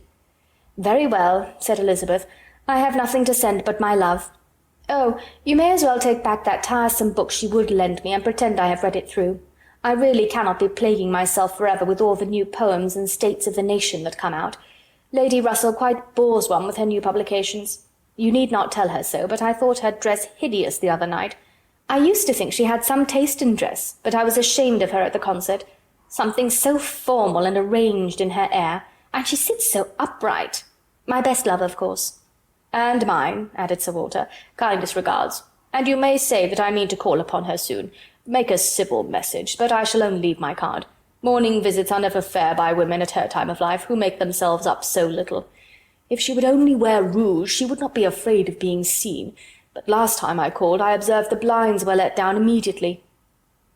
While her father spoke, there was a knock at the door. Who could it be? Anne, remembering the preconcerted visits at all hours of Mr. Elliot, would have expected him, but for his known engagement 7 miles off. After the usual period of suspense, the usual sounds of approach were heard, and Mr. and Mrs. Charles Musgrove were ushered into the room. Surprise was the strongest emotion raised by their appearance, but Anne was really glad to see them, and the others were not so sorry but that they could put on a decent air of welcome. And as soon as it became clear that these, their nearest relations, were not arrived with any views of accommodation in that house, Sir Walter and Elizabeth were able to rise in cordiality, and do the honours of it very well. They were come to Bath for a few days with Mrs. Musgrove, and were at the White Hart. So much was pretty soon understood. But till Sir Walter and Elizabeth were walking Mary into the other drawing-room, and regaling themselves with her admiration, Anne could not draw upon Charles's brain for a regular history of their coming, or an explanation of some smiling hints of particular business which had been ostentatiously dropped by Mary, as well as of some apparent confusion as to whom their party consisted of. She then found that it consisted of Mrs. Musgrove, Henrietta, and Captain Harville, beside their two selves. He gave her a very plain, intelligible account of the whole, a narration in which she saw a great deal of most characteristic proceeding. The scheme had received its first impulse by Captain Harville's wanting to come to Bath on business. He had begun to talk of it a week ago, and by way of doing something, as shooting was over, Charles had proposed coming with him, and Mrs. Harville had seemed to like the idea of it very much, as an advantage to her husband. But Mary could not bear to be left, and had made herself so unhappy about it, that for a day or two everything seemed to be in suspense, or at an end. But then it had been taken up by his father and mother. His mother had some old friends in Bath whom she wanted to see. It was thought a good opportunity for Henrietta to come and buy wedding clothes for herself and her sister, and in short it ended in being his mother's party, that everything might be comfortable and easy to Captain Harville, and he and Mary were included in it by way of general convenience. They had arrived late the night before. Mrs. Harville, her children, and Captain Benwick remained with Mr. Musgrove and Louisa at Uppercross. Anne's only surprise was that affairs should be in forwardness enough for Henrietta's wedding clothes to be talked of. She had imagined such difficulties of fortune to exist there as must prevent the marriage from being near at hand. But she learned from Charles that, very recently, since Mary's last letter to herself, Charles Hayter had been applied to by a friend to hold a living for a youth who could not possibly claim it under many years, and that on the strength of his present income, with almost a certainty of something more permanent long before the term in question, the two families had consented to the young people's wishes, and that their marriage was likely to take place in a few months, quite as soon as Louisa's. And a very good living it was, Charles added, only 25 miles from Uppercross, and in a very fine country, fine part of Dorsetshire, in the centre of some of the best preserves in the kingdom, surrounded by 3 great proprietors, each more careful and jealous than the other, and to 2 of the 3 at least Charles Hayter might get a special recommendation. Not that he will value it as he ought, he observed. Charles is too cool about sporting. That's the worst of him. "I am extremely glad indeed," cried Anne, "particularly glad that this should happen, and that of 2 sisters who both deserve equally well, and who have always been such good friends, the pleasant prospect of one should not be dimming those of the other, that they should be so equal in their prosperity and comfort. I hope your father and mother are quite happy with regard to both." "Oh, yes. My father would be well pleased if the gentleman were richer, but he has no other fault to find. Money, you know, coming down with money, 2 daughters at once, it cannot be a very agreeable operation, and it straightens him as to many things. However, I do not mean to say that they have not a right to it. It is very fit they should have daughters' shares, and I am sure he has always been a very kind, liberal father to me. Mary does not above half like Henrietta's match. She never did, you know. But she does not do him justice, nor think enough about Winthrop. I cannot make her attend to the value of the property. It is a very fair match as times go, and I have liked Charles Hayter all my life, and I shall not leave off now." "Such excellent parents as Mr. and Mrs. Musgrove," exclaimed Anne, "should be happy in their children's marriages. They do everything to confer happiness, I am sure. What a blessing to young people to be in such hands! Your father and mother seem so totally free from all those ambitious feelings which have led to so much misconduct and misery both in young and old. I hope you think Louisa perfectly recovered now?" He answered rather hesitatingly, "Yes, I believe I do, very much recovered, but she is altered. There is no running or jumping about, no laughing or dancing. It is quite different. If one happens only to shut the door a little hard, she starts and wriggles like a young dab-chick in the water, and Benwick sits at her elbow reading verses or whispering to her all day long." Anne could not help laughing. "That cannot be much to your taste, I know," said she, "but I do believe him to be an excellent young man. To be sure he is. Nobody doubts it. And I hope you do not think I am so illiberal as to want every man to have the same objects and pleasures as myself. I have a great value for Benwick, and when one can but get him to talk, he has plenty to say. His reading has done him no harm, for he has fought as well as read. He is a brave fellow. I got more acquainted with him last Monday than ever I did before. We had a famous set-to at rat-hunting all the morning in my father's great barns, and he played his part so well that I have liked him the better ever since." Here they were interrupted by the absolute necessity of Charles's following the others to admire mirrors and china. But Anne had heard enough to understand the present state of Uppercross, and rejoice in its happiness. And though she sighed as she rejoiced, her sigh had none of the ill will of envy in it. She would certainly have risen to their blessings if she could, but she did not want to lessen theirs. The visit passed off altogether in high good humour. Mary was in excellent spirits, enjoying the gaiety and the change, and so well satisfied with the journey in her mother-in-law's carriage with 4 horses, and with her own complete independence of Camden Place, that she was exactly in a temper to admire everything as she ought, and enter most readily into all the superiorities of the house as they were detailed to her. She had no demands on her father or sister, and her consequence was just enough increased by their handsome drawing-rooms. Elizabeth was, for a short time, suffering a good deal. She felt that Mrs. Musgrove and all her party ought to be asked to dine with them, but she could not bear to have the difference of style, the reduction of servants which a dinner must betray, witnessed by those who had always been so inferior to the Elliots of Kellynch. It was a struggle between propriety and vanity, but vanity got the better, and then Elizabeth was happy again. These were her internal persuasions. Old-fashioned notions, country hospitality. We do not profess to give dinners. Few people in Bath do. Lady Alicia never does. Did not even ask her own sister's family, though they were here a month. And I dare say it would be very inconvenient to Mrs. Musgrove, put her quite out of her way. I am sure she would rather not come. She cannot feel easy with us. I will ask them all for an evening. That will do much better. That will be a novelty and a treat. They have not seen 2 such drawing-rooms before. They will be delighted to come tomorrow evening. It shall be a regular party, small but most elegant. And this satisfied Elizabeth, and when the invitation was given to the 2 present, and promised for the absent, Mary was as completely satisfied. She was particularly asked to meet Mr. Elliot, and be introduced to Lady Dalrymple and Miss Carteret, who were, fortunately, already engaged to come, and she could not have received a more gratifying attention. Miss Elliot was to have the honour of calling on Mrs. Musgrove in the course of the morning, and Anne walked off with Charles and Mary to go and see her and Henrietta directly. Her plan of sitting with Lady Russell must give way for the present. They all 3 called in River Street for a couple of minutes, but Anne convinced herself that a day's delay of the intended communication could be of no consequence, and hastened forward to the White Hart, to see again the friends and companions of the last autumn with an eagerness of good-will which many associations contributed to form. They found Mrs. Musgrove and her daughter within, and by themselves, and Anne had the kindest welcome from each. Henrietta was exactly in that state of recently improved views, of fresh-formed happiness, which made her full of regard and interest for everybody she had ever liked before at all, and Mrs. Musgrove's real affection had been won by her usefulness when they were in distress.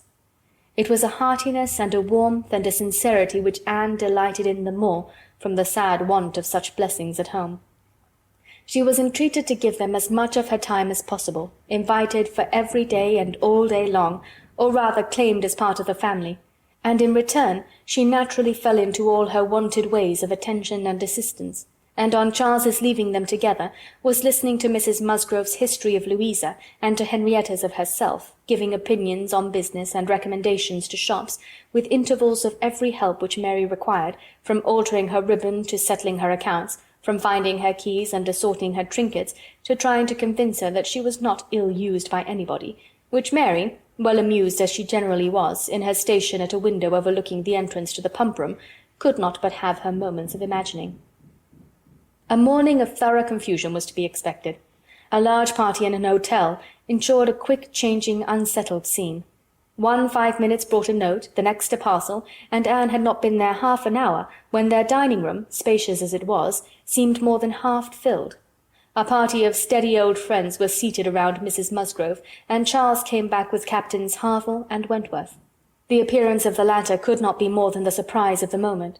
It was impossible for her to have forgotten to feel that this arrival of their common friends must be soon bringing them together again. Their last meeting had been most important in opening his feelings. She had derived from it a delightful conviction, but she feared from his looks that the same unfortunate persuasion which had hastened him away from the concert-room still governed. He did not seem to want to be near enough for conversation. She tried to be calm and leave things to take their course, and tried to dwell much on this argument of rational dependence. Surely, if there be constant attachment on each side, our hearts must understand each other ere long. We are not boy and girl to be captiously irritable, misled by every moment's inadvertence, and wantonly playing with our own happiness. And yet, a few minutes afterwards, she felt as if their being in company with each other, under the present circumstances, could only be exposing them to inadvertencies and misconstructions of the most mischievous kind. "Anne," cried Mary, still at her window, "there is Mrs. Clay, I am sure, standing under the colonnade, and a gentleman with her. I saw them turn the corner from Bath Street just now. They seem deep in talk. Who is it? Come and tell me. Good heavens, I recollect. It is Mr. Elliot himself." "No," cried Anne quickly. "It cannot be Mr. Elliot, I assure you. He was to leave Bath at 9 this morning, and does not come back till to-morrow." As she spoke, she felt that Captain Wentworth was looking at her, the consciousness of which vexed and embarrassed her, and made her regret that she had said so much, simple as it was. Mary, resenting that she should be supposed not to know her own cousin, began talking very warmly about the family features, and protesting still more positively that it was Mr. Elliot, calling again upon Anne to come and look for herself. But Anne did not mean to stir, and tried to be cool and unconcerned. Her distress returned, however, on perceiving smiles and intelligent glances pass between 2 or 3 of the lady visitors, as if they believed themselves quite in the secret. It was evident that the report concerning her had spread, and a short pause succeeded, which seemed to ensure that it would now spread farther. "Do come, Anne," cried Mary. "Come and look yourself. You will be too late if you do not make haste. They are parting. They are shaking hands. He is turning away. Not know Mr. Elliot, indeed. You seem to have forgot all about Lyme." To pacify Mary, and perhaps screen her own embarrassment, Anne did move quietly to the window. She was just in time to ascertain that it really was Mr. Elliot, which she had never believed, before he disappeared on one side, as Mrs. Clay walked quickly off on the other. And checking the surprise which she could not but feel at such an appearance of friendly conference between 2 persons of totally opposite interest, she calmly said, "Yes, it is Mr. Elliot, certainly. He has changed his hour of going, I suppose, that is all. Or I may be mistaken. I might not attend," and walked back to her chair, recomposed, and with the comfortable hope of having acquitted herself well. The visitors took their leave, and Charles, having civilly seen them off, and then made a face at them and abused them for coming, began with, "Well, mother, I have done something for you that you will like. I have been to the theatre, and secured a box for tomorrow night. Aren't I a good boy? I know you love a play, and there is room for us all. It holds 9. I have engaged Captain Wentworth. Anne will not be sorry to join us, I am sure. We all like a play. Have not I done well, mother?" Mrs. Musgrove was good-humouredly beginning to express her perfect readiness for the play, if Henrietta and all the others liked it, when Mary eagerly interrupted her by exclaiming, "Good heavens, Charles, how can you think of such a thing? Take a box for tomorrow night? Have you forgot that we are engaged to Camden Place tomorrow night, and that we are most particularly asked to meet Lady Dalrymple and her daughter, and Mr. Elliot, and all the principal family connections on purpose to be introduced to them? How can you be so forgetful?" "Phoo, phoo," replied Charles. "What's an evening party? Never worth remembering. Your father might have asked us to dinner, I think, if he had wanted to see us. You may do as you like, but I shall go to the play." "Oh, Charles, I declare it will be too abominable if you do, when you promised to go." "No, I did not promise. I only smirked and bowed and said the word happy. There was no promise." "But you must go, Charles. It would be unpardonable to fail. We were asked on purpose to be introduced. There was always such a great connection between the Dalrymples and ourselves. Nothing ever happened on either side that was not announced immediately. We are quite near relations, you know, and Mr. Elliot, too, whom you ought so particularly to be acquainted with. Every attention is due to Mr. Elliot. Consider my father's heir, the future representative of the family." "Don't talk to me about heirs and representatives," cried Charles. "I am not one of those who neglect the reigning power to bow to the rising sun. If I would not go for the sake of your father, I should think it scandalous to go for the sake of his heir. What is Mr. Elliot to me?" The careless expression was life to Anne, who saw that Captain Wentworth was all attention, looking and listening with his whole soul, and that the last words brought his inquiring eyes from Charles to herself. Charles and Mary still talked on in the same style, he half serious and half jesting, maintaining the scheme for the play, and she, invariably serious, most warmly opposing it, and not omitting to make it known that, however determined to go to Camden Place herself, she should not think herself very well used if they went to the play without her. Mrs. Musgrove interposed. "We had better put it off. Charles, you had much better go back and change the box for Tuesday. It would be a pity to be divided, and we should be losing Miss Anne too if there is a party at her father's. And I am sure neither Henrietta nor I should care at all for the play if Miss Anne could not be with us." Anne felt truly obliged to her for such kindness, and quite as much so for the opportunity it gave her of decidedly saying, "If it depended only on my inclination, ma'am, the party at home, excepting on Mary's account, would not be the smallest impediment. I have no pleasure in the sort of meeting, and should be too happy to change it for a play and with you. But it had better not be attempted, perhaps." She had spoken it, but she trembled when it was done, conscious that her words were listened to, and daring not even to try to observe their effect. It was soon generally agreed that Tuesday should be the day, Charles only reserving the advantage of still teasing his wife by persisting that he would go to the play tomorrow if nobody else would. Captain Wentworth left his seat and walked to the fireplace, probably for the sake of walking away from it soon afterwards and taking a station, with less barefaced design, by Anne. "You have not been long enough in Bath," said he, "to enjoy the evening parties of the place." "Oh, no. The usual character of them has nothing for me. I am no card-player." "You were not formerly, I know. You did not used to like cards, but time makes many changes."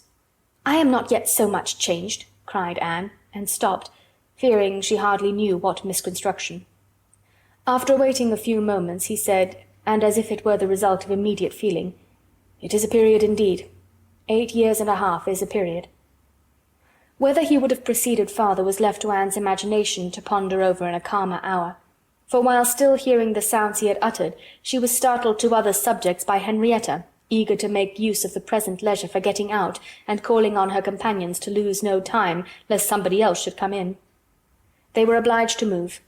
Anne talked of being perfectly ready, and tried to look it, but she felt that could Henrietta have known the regret and reluctance of her heart in quitting that chair, in preparing to quit the room, she would have found, in all her own sensations for her cousin, in the very security of his affection, wherewith to pity her. Their preparations, however, were stopped short. Alarming sounds were heard, other visitors approached, and the door was thrown open for Sir Walter and Miss Elliot, whose entrance seemed to give a general chill. Anne felt an instant oppression, and wherever she looked saw symptoms of the same. The comfort, the freedom, the gaiety of the room was over, hushed into cold composure, determined silence, or insipid talk, to meet the heartless elegance of her father and sister. How mortifying to feel that it was so! Her jealous eye was satisfied in one particular. Captain Wentworth was acknowledged again by each, by Elizabeth more graciously than before. She even addressed him once, and looked at him more than once. Elizabeth was, in fact, revolving a great measure. The sequel explained it. After the waste of a few minutes in saying the proper nothings, she began to give the invitation which was to comprise all the remaining dues of the Musgroves.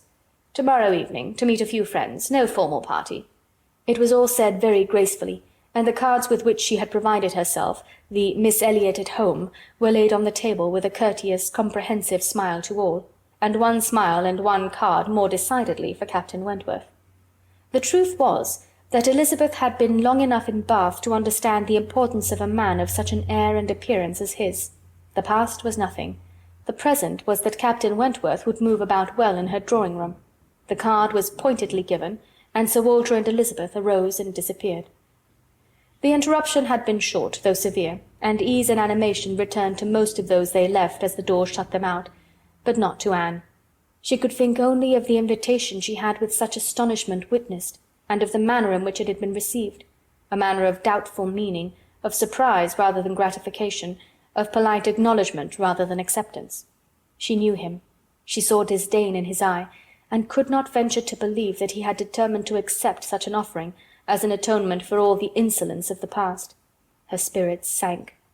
He held the card in his hand after they were gone, as if deeply considering it. "Only think of Elizabeth's including everybody," whispered Mary very audibly. "I do not wonder Captain Wentworth is delighted. You see he cannot put the card out of his hand." Anne caught his eye, saw his cheeks glow, and his mouth form itself into a momentary expression of contempt, and turned away, that she might neither see nor hear more to vex her. The party separated.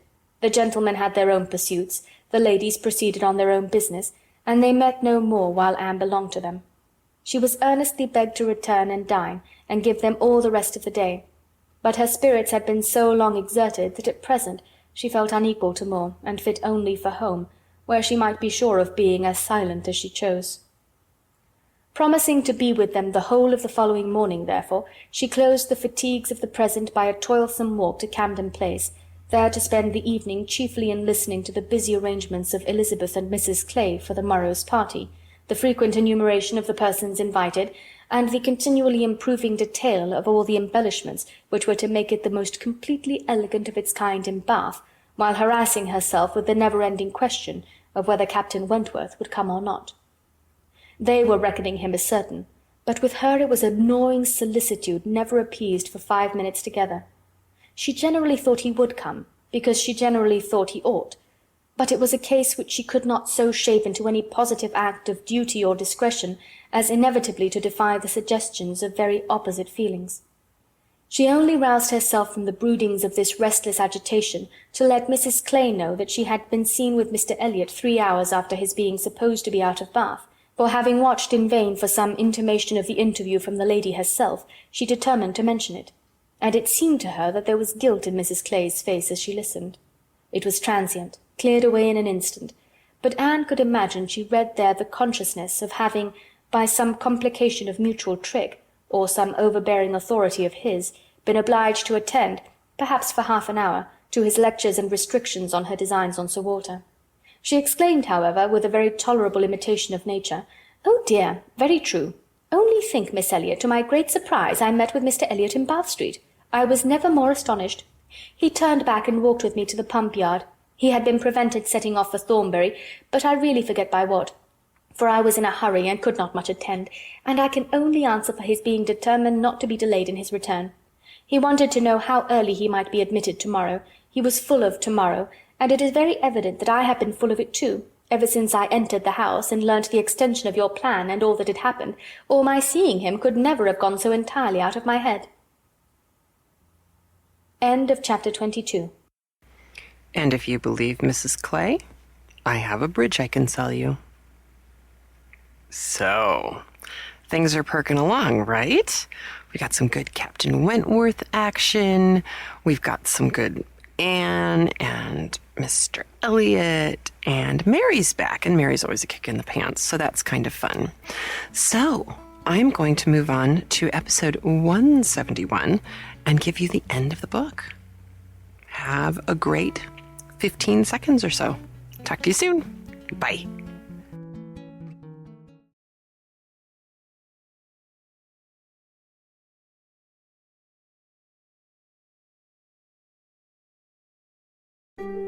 Welcome to CraftLit, the podcast for crafters who love books. My name is Heather Ordover, and I'm podcasting from my corner of the Sonoran Desert, the Old Pueblo, Tucson, Arizona.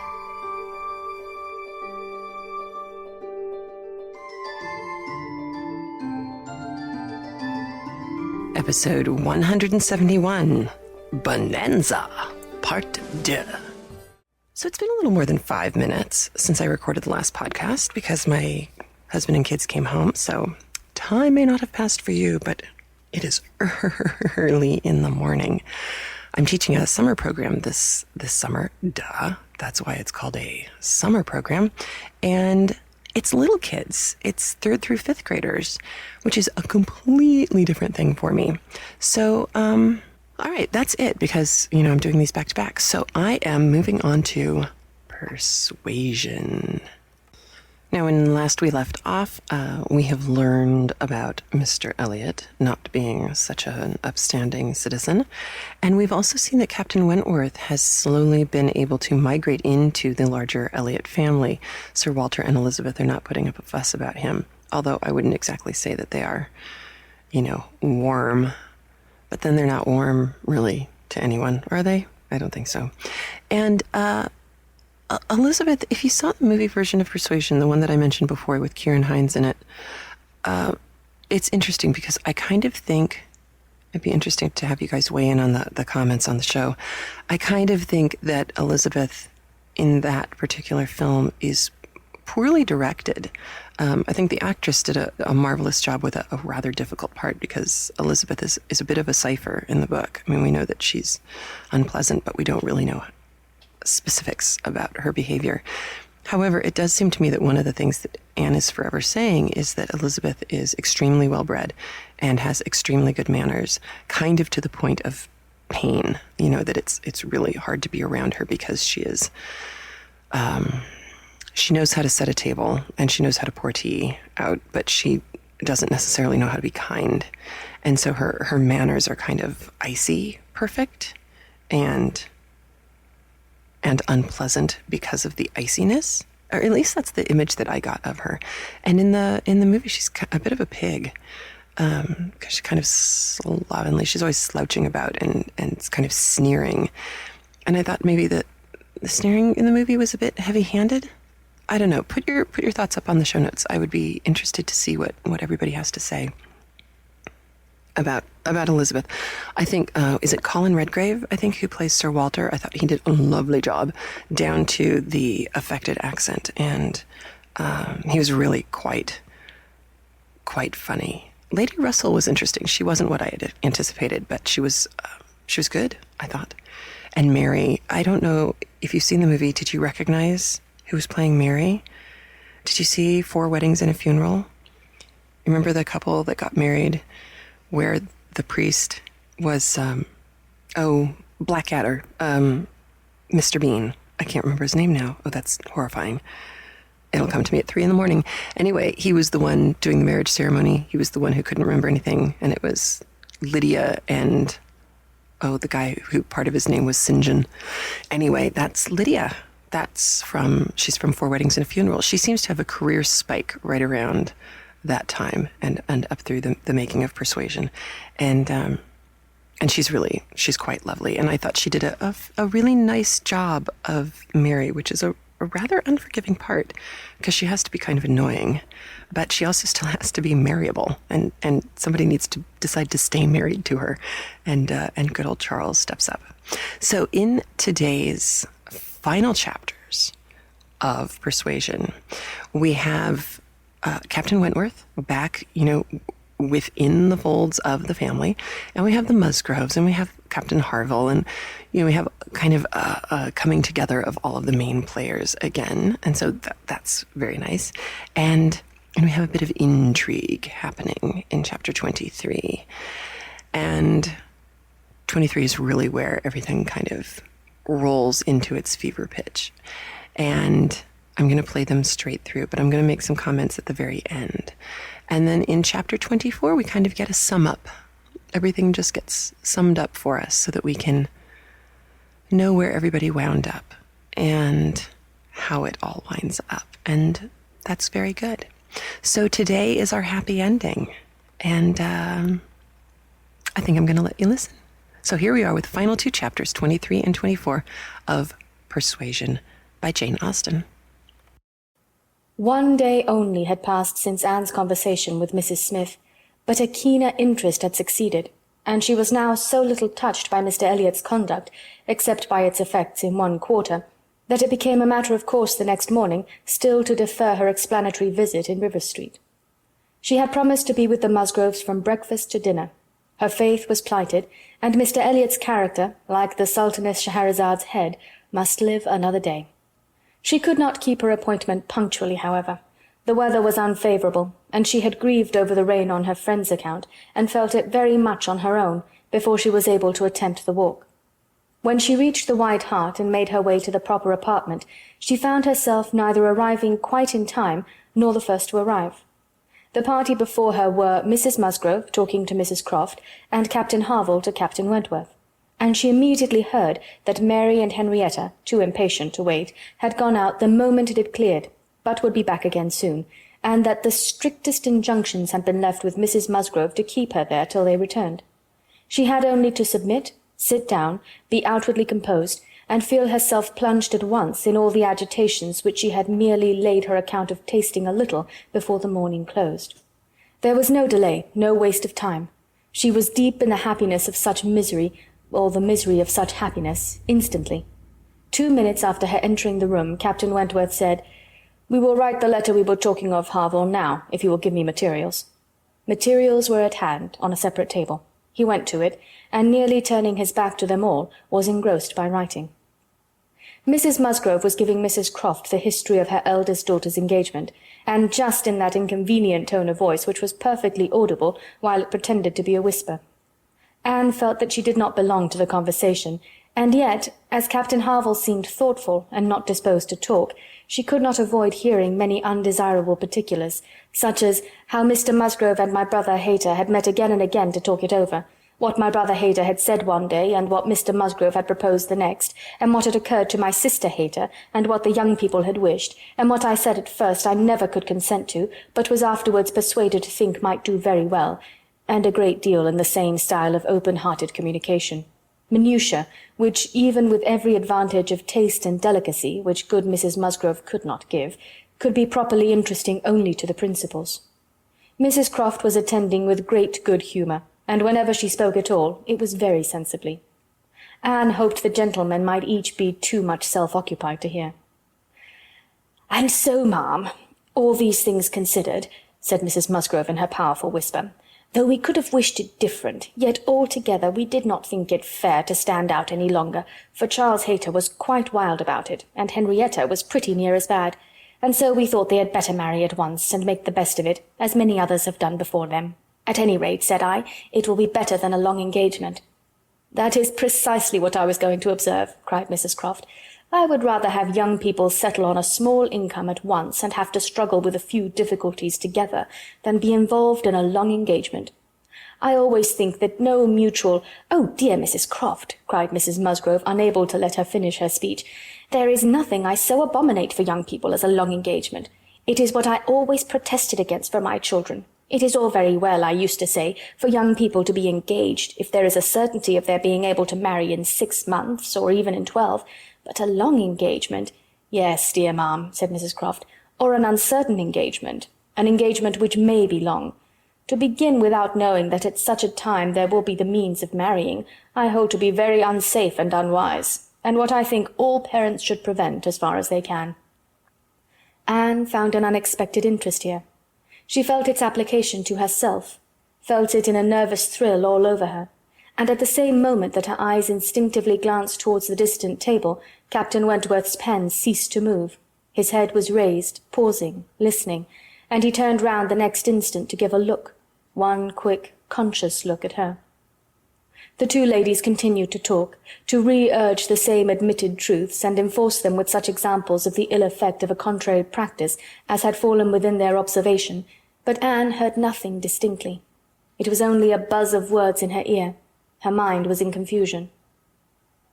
Captain Harville, who had in truth been hearing none of it, now left his seat and moved to a window, and Anne, seeming to watch him, though it was from thorough absence of mind, became gradually sensible that he was inviting her to join him where he stood.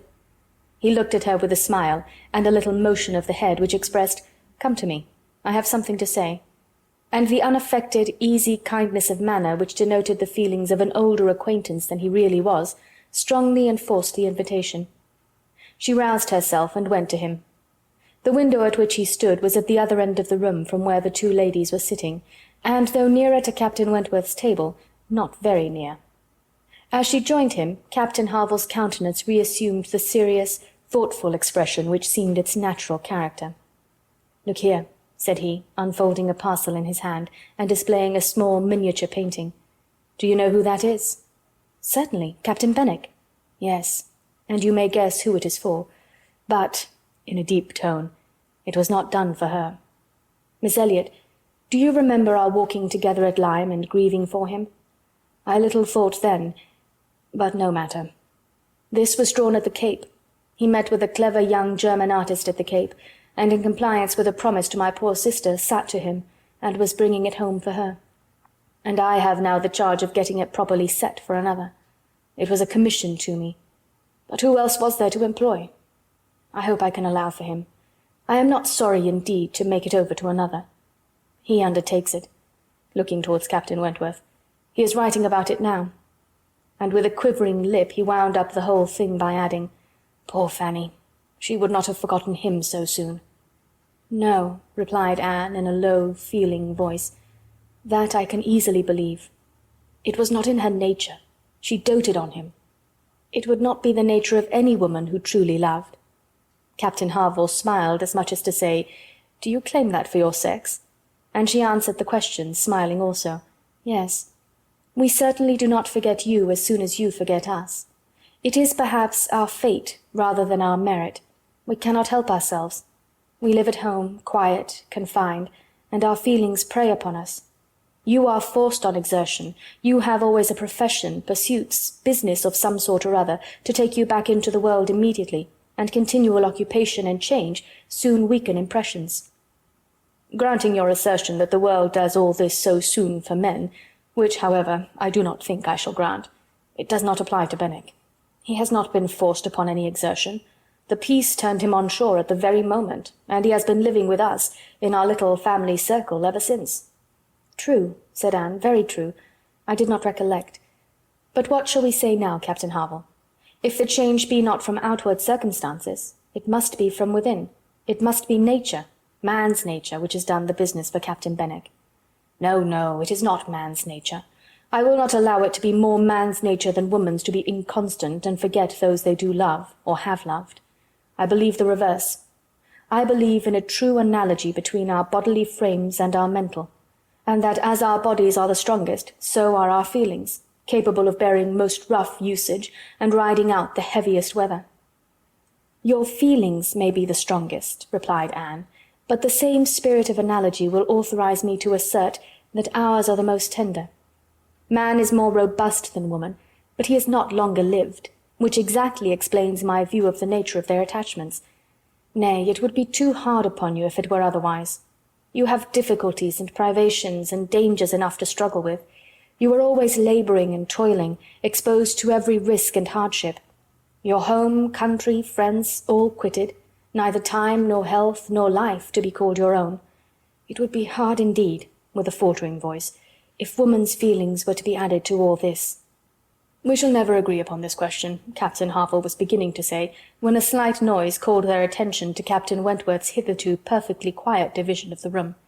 It was nothing more than that his pen had fallen down, but Anne was startled at finding him nearer than she had supposed, and half inclined to suspect that the pen had only fallen because he had been occupied by them, striving to catch sounds, which yet she did not think he could have caught.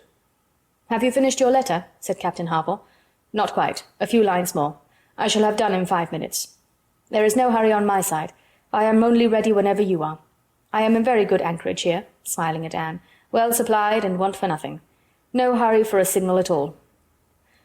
Well, Miss Elliot," lowering his voice, "as I was saying, we shall never agree, I suppose, upon this point. No man and woman would, probably. But let me observe that all histories are against you, all stories, prose and verse. If I had such a memory as Benwick, I could bring you 50 quotations in a moment on my side of the argument, and I do not think I ever opened a book in my life which had not something to say upon woman's inconstancy. Songs and proverbs all talk of woman's fickleness. But perhaps you will say these were all written by men. Perhaps I shall. Yes, if you please, no reference to examples in books. Men have had every advantage of us in telling their own story. Education has been theirs in so much higher a degree. The pen has been in their hands. I will not allow books to prove anything. But how shall we prove anything? We never shall. We never can expect to prove anything upon such a point. It is a difference of opinion which does not admit of proof. We each begin, probably, with a little bias towards our own sex, and upon that bias build every circumstance in favour of it which has occurred within our own circle. Many of which circumstances, perhaps those very cases which strike us the most, may be precisely such as cannot be brought forward without betraying a confidence, or in some respects saying what should not be said. "Ah," cried Captain Harville in a tone of strong feeling, "if I could but make you comprehend what a man suffers when he takes a last look at his wife and children, and watches the boat that he has sent them off in, as long as it is in sight, and then turns away and says, 'God knows whether we ever meet again.' And then, if I could convey to you the glow of his soul when he does see them again, when coming back after a 12-month's absence perhaps, and obliged to put into another port, he calculates how soon it be possible to get them there, pretending to deceive himself and saying, "They cannot be here till such a day," but all the while hoping for them 12 hours sooner, and seeing them arrive at last, as if heaven had given them wings, by many hours sooner still. If I could explain to you all this, and all that a man can bear and do, and glories to do, for the sake of these treasures of his existence. I speak, you know, only of such men as have hearts, pressing his own with emotion. "Oh," cried Anne eagerly, "I hope I do justice to all that is felt by you, and by those who resemble you. God forbid that I should undervalue the warm and faithful feelings of any of my fellow creatures. I should deserve utter contempt if I dared to suppose that true attachment and constancy were known only by woman. No, I believe you capable of everything great and good in your married lives. I believe you equal to every important exertion and to every domestic forbearance, so long as, if I may be allowed the expression, so long as you have an object. I mean, while the woman you love lives, and lives for you. All the privilege I claim for my own sex, it is not a very enviable one, you need not covet it, is that of loving longest when existence or when hope is gone." She could not immediately have uttered another sentence. Her heart was too full, her breath too much oppressed. "You are a good soul," cried Captain Harville, putting his hand on her arm quite affectionately. "There is no quarrelling with you. And when I think of Benwick, my tongue is tied." Their attention was called toward the others. Mrs. Croft was taking leave. "Here, Frederick, you and I part company, I believe," said she. "I am going home, and you have an engagement with your friend. Tonight we may have the pleasure of all meeting again at your party," turning to Anne. "We had your sister's card yesterday, and I understood Frederick had a card too, though I did not see it. And you are disengaged, Frederick, are you not, as well as ourselves?" Captain Wentworth was folding up a letter in great haste, and either could not or would not answer fully. "Yes," said he, "very true. Here we separate, but Harville and I shall soon be after you. That is, Harville, if you are ready, I am in half a minute. I know you will not be sorry to be off. I shall be at your service in half a minute." Mrs. Croft left them, and Captain Wentworth, having sealed his letter with great rapidity, was indeed ready, and had even a hurried, agitated air, which showed impatience to be gone. Anne knew not how to understand it. She had the kindest "Good morning, God bless you," from Captain Harville, but from him not a word nor a look. He had passed out of the room without a look. She had only time, however, to move closer to the table where he had been writing, when footsteps were heard returning. The door opened. It was himself. He begged their pardon, but he had forgotten his gloves, and instantly crossing the room to the writing-table, he drew out a letter from under the scattered paper, placed it before Anne with eyes of glowing entreaty fixed on her for a time, and hastily collecting his gloves, was again out of the room, almost before Mrs. Musgrove was aware of his being in it. The work of an instant. The revolution which one instant had made in Anne was almost beyond expression. The letter, with the direction hardly legible, to Miss A.E., was evidently the one which he had been folding so hastily. While supposed to be writing only to Captain Benwick, he had been also addressing her. On the contents of that letter depended all which this world could do for her. Anything was possible, anything might be defied rather than suspense.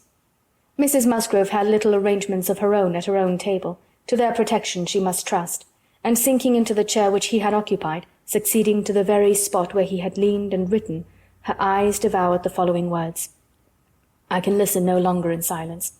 I must speak to you by such means as are within my reach. You pierce my soul. I am half agony, half hope. Tell me not that I am too late, that such precious feelings are gone forever. I offer myself to you again with a heart even more your own than when you almost broke it 8 years and a half ago. Dare not say that man forgets sooner than woman, that his love has an earlier death. I have loved none but you. Unjust I may have been, weak and resentful I have been, but never inconstant. You alone have brought me to Bath. For you alone I think and plan. Have you not seen this? Can you fail to have understood my wishes? I had not waited even these 10 days could I have read your feelings, as I think you must have penetrated mine. I can hardly write. I am every instant hearing something which overpowers me. You sink your voice, but I can distinguish the tones of that voice when they would be lost on others. Too good, too excellent creature, you do us justice indeed. You do believe that there is true attachment and constancy among men. Believe it to be most fervent, most undeviating in F.W. I must go, uncertain of my fate, but I shall return hither or follow your party as soon as possible. A word, a look, will be enough to decide whether I enter your father's house this evening or never." Such a letter was not to be soon recovered from. Half an hour's solitude and reflection might have tranquilized her, but the 10 minutes only which now passed before she was interrupted with all the restraints of her situation could do nothing towards tranquillity. Every moment rather brought fresh agitation. It was overpowering happiness, and before she was beyond the first stage of full sensation, Charles, Mary, and Henrietta all came in. The absolute necessity of seeming like herself produced then an immediate struggle, but after a while she could do no more. She began not to understand a word they said, and was obliged to plead indisposition and excuse herself. They could then see that she looked very ill, were shocked and concerned, and would not stir without her for the world. This was dreadful. Would they only have gone away and left her in the quiet possession of that room, it would have been her cure, but to have them all standing or waiting around her was distracting, and in desperation she said she would go home. "By all means, my dear," cried Mrs. Musgrove, "go home directly, and take care of yourself, that you may be fit for the evening. I wish Sarah was here to doctor you, but I am no doctor myself. Charles, ring and order a chair. She must not walk." But the chair would never do. Worse than all, to lose the possibility of speaking 2 words to Captain Wentworth in the course of her quiet, solitary progress up the town, and she felt almost certain of meeting him, could not be borne. The chair was earnestly protested against, and Mrs. Musgrove, who thought only of one sort of illness, having assured herself with some anxiety that there had been no fall in the case, that Anne had not at any time lately slipped down and got a blow on her head, that she was perfectly convinced of having had no fall, could part with her cheerfully, and depend on finding her better at night. Anxious to omit no possible precaution, Anne struggled and said, "I am afraid, ma, that it is not perfectly understood. Pray be so good as to mention to the other gentlemen that we hope to see your whole party this evening. I am afraid there had been some mistake, and I wish you particularly to assure Captain Harville and Captain Wentworth that we hope to see them both." "Oh, my dear, it is quite understood. I give you my word. Captain Harville has no thought but of going." "Do you think so? But I am afraid, and I should be so very sorry.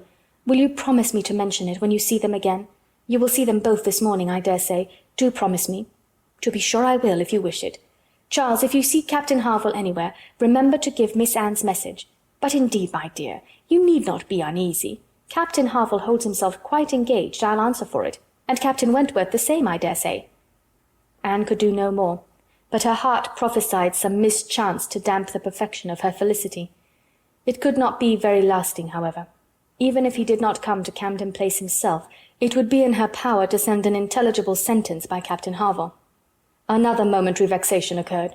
Charles, in his real concern and good nature, would go home with her. There was no preventing him. This was almost cruel, but she could not be long ungrateful. He was sacrificing an engagement to the gunsmiths to be of use to her, and she set off with him, with no feeling but gratitude apparent. They were on Union Street, when a quicker step behind, a something of familiar sound, gave her 2 moments' preparation for the sight of Captain Wentworth. He joined them, but as if irresolute whether to join or to pass on, said nothing, only looked. Anne could command herself enough to receive that look, and not repulsively. The cheeks which had been pale now glowed, and the movements which had hesitated were decided. He walked by her side. Presently, struck by a sudden thought, Charles said, "Captain Wentworth, which way are you going? Only to Gay Street, or farther up the town?" "I hardly know," replied Captain Wentworth, surprised. "Are you going as high as Belmont? Are you going near Camden Place? Because if you are, I shall have no scruple in asking you to take my place and give Anne your arm to her father's door. She is rather done for this morning, and must not go so far without help, and I ought to be at that fellow's in the market-place. He promised me the sight of a capital gun he is just going to send off, said he would keep it unpacked to the last possible moment, that I might see it, and if I do not turn back now, I have no chance. By his description, a good deal like the second-sized double barrel of mine which you shot with one day round Winthrop." There could not be an objection. There could be only the most proper alacrity, a most obliging compliance for public view, and smiles reigned in, and spirits dancing in private rapture. In half a minute Charles was at the bottom of Union Street again, and the other 2 proceeding together, and soon words enough had passed between them to decide their direction towards the comparatively quiet and retired gravel walk, where the power of conversation would make the present hour a blessing indeed, and prepare it for all the immortality which the happiest recollections of their own future lives could bestow. There they exchanged again those feelings and those promises which had once before seemed to secure everything, but which had been followed by so many, many years of division and estrangement. There they returned again into the past, more exquisitely happy perhaps in their reunion than when it had been first projected, more tender, more tried, more fixed in a knowledge of each other's character, truth, and attachment, more equal to act, more justified in acting. And there, as they slowly paced the gradual ascent, heedless of every group around them, seeing neither sauntering politicians, bustling housekeepers, flirting girls, nor nursery maids and children, they could indulge in those retrospections and acknowledgments, and especially in those explanations of what had directly preceded the present moment, which were so poignant and so ceaselessly in interest. All the little variations of the last week were gone through, and of yesterday and today there could scarcely be an end. She had not mistaken him. Jealousy of Mr. Elliot had been the retarding weight, the doubt, the torment.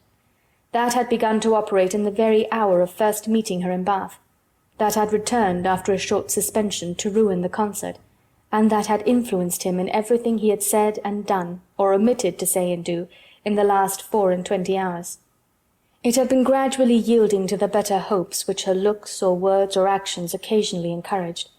It had been vanquished at last by those sentiments and those tones which had reached him while she talked with Captain Harville, and under the irresistible governance of which he had seized a sheet of paper and poured out his feelings. Of what he had written, nothing was to be retracted or qualified. He persisted in having loved none but her. She had never been supplanted. He never even believed himself to see her equal.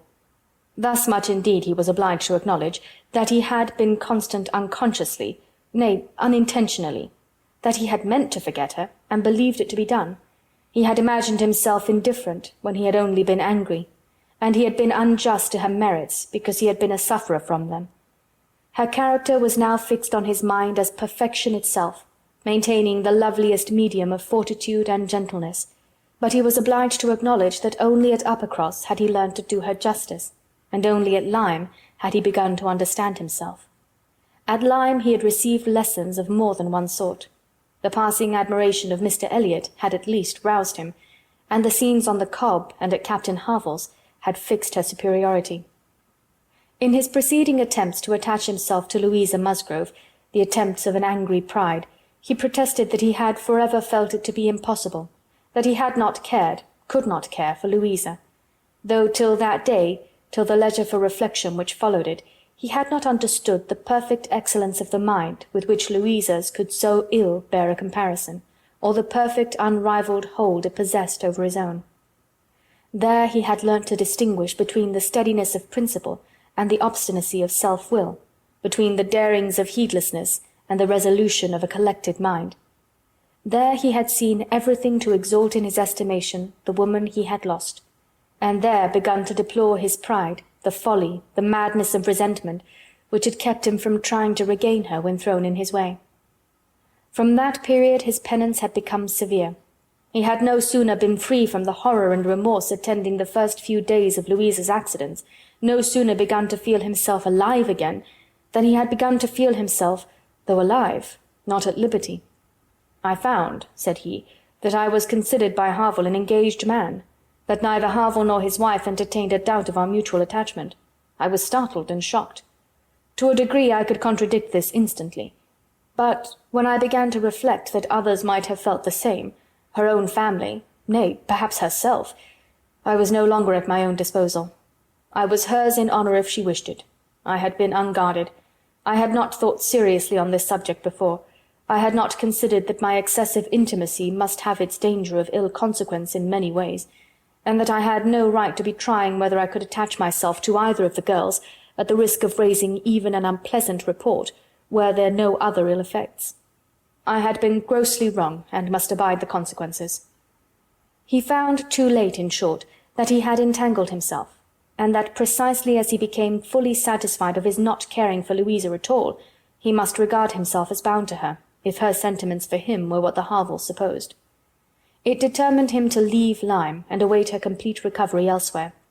He would gladly weaken by any fair means whatever feelings or speculations concerning him might exist, and he went therefore to his brother's, meaning after a while to return to Kellynch and act as circumstances might require. "I was 6 weeks with Edward," said he, "and saw him happy. I could have no other pleasure. I deserved none. He inquired after you very particularly, asked even if you were personally altered, little suspecting that to my eye you could never alter." Anne smiled and let it pass. It was too pleasing a blunder for a reproach. It is something for a woman to be assured in her 28th year that she has not lost one charm of earlier youth, but the value of such homage was inexpressibly increased to Anne by comparing it with former words, and feeling it to be the result, not the cause, of a revival of his warm attachment. He had remained in Shropshire, lamenting the blindness of his own pride and the blunders of his own calculations, till at once released from Louisa by the astonishing and felicitous intelligence of her engagement with Benwick. "Here," said he, "ended the worst of my state, for now I could at least put myself in the way of happiness. I could exert myself, I could do something. But to be waiting so long in inaction, and waiting only for evil, had been dreadful. Within the first 5 minutes I said, 'I will be at Bath on Wednesday,' and I was. Was it unpardonable to think it worth my while to come, and to arrive with some degree of hope? You were single. It was possible that you might retain the feelings of the past, as I did, and one encouragement happened to be mine. I could never doubt that you would be loved and sought by others, but I knew to a certainty that you had refused one man at least, of better pretensions than myself, and I could not help often saying, 'Was this for me?' Their first meeting in Milsom Street afforded much to be said, but the concert still more. That evening seemed to be made up of exquisite moments. The moment of her stepping forward in the octagon room to speak to him, the moment of Mr. Elliot's appearing and tearing her away, and 1 or 2 subsequent moments, marked by returning hope or increasing despondency, were dwelt on with energy.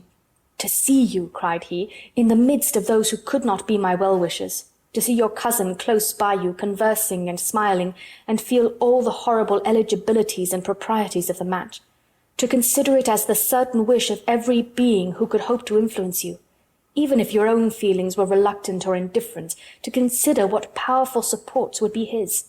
Was it not enough to make the fool of me which I appeared? How could I look on you without agony? Was not the very sight of the friend who sat behind you, was not the recollection of what had been, the knowledge of her influence, the indelible, immovable impression of what Persuasion had once done, was it not all against me?" "You should have distinguished," replied Anne. "You should not have suspected me now. The case is so different, and my age is so different. If I was wrong in yielding to Persuasion once, remember that it was to persuasion exerted on the side of safety, not of risk. When I yielded, I thought it was to duty, but no duty could be called in aid here. In marrying a man indifferent to me, all risk would have been incurred, and all duty violated." "Perhaps I ought to have reasoned thus," he replied, "but I could not. I could not derive benefit from the late knowledge I had acquired of your character. I could not bring it into play. It was overwhelmed, buried, lost in those earlier feelings which I had been smarting under year after year.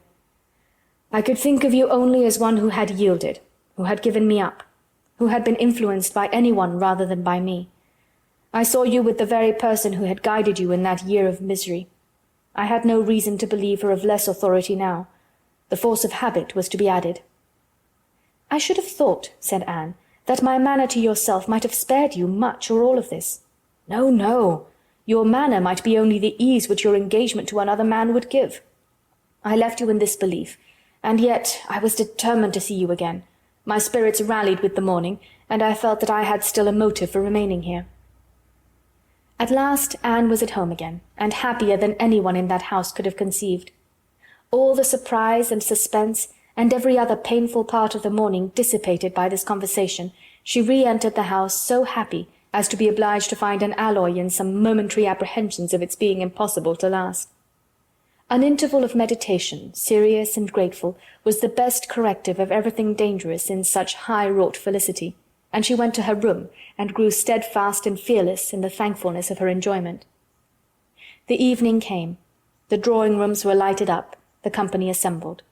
It was but a card-party. It was but a mixture of those who had never met before, and those who met too often.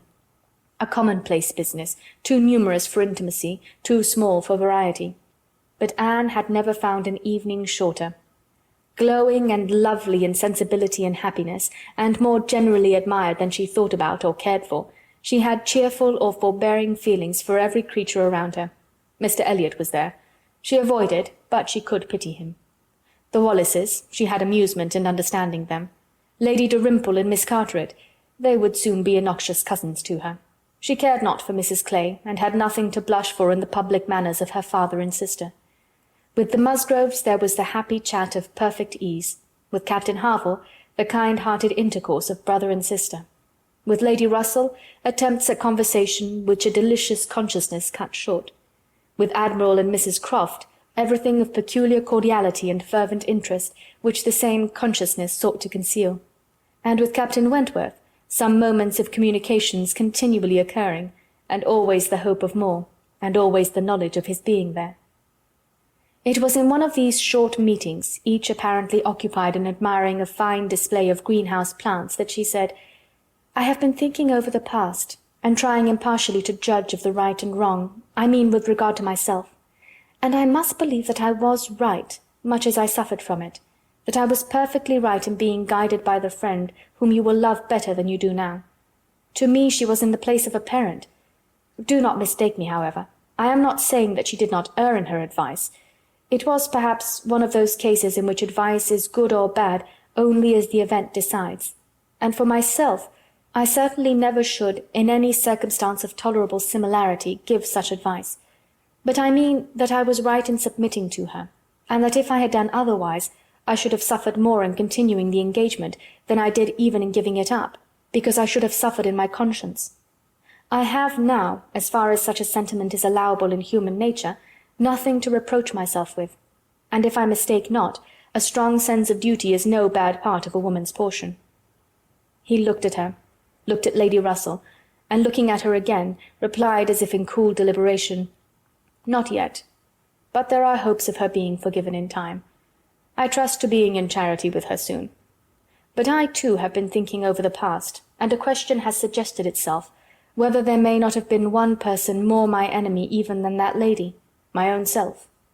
Tell me if, when I returned to England in the year 8 with a few £1,000 and was posted into the Laconia, if I had then written to you, would you have answered my letter? Would you, in short, have renewed the engagement then?" "Would I?" was all her answer, but her accent was decisive enough. "Good God!" he cried, "you would.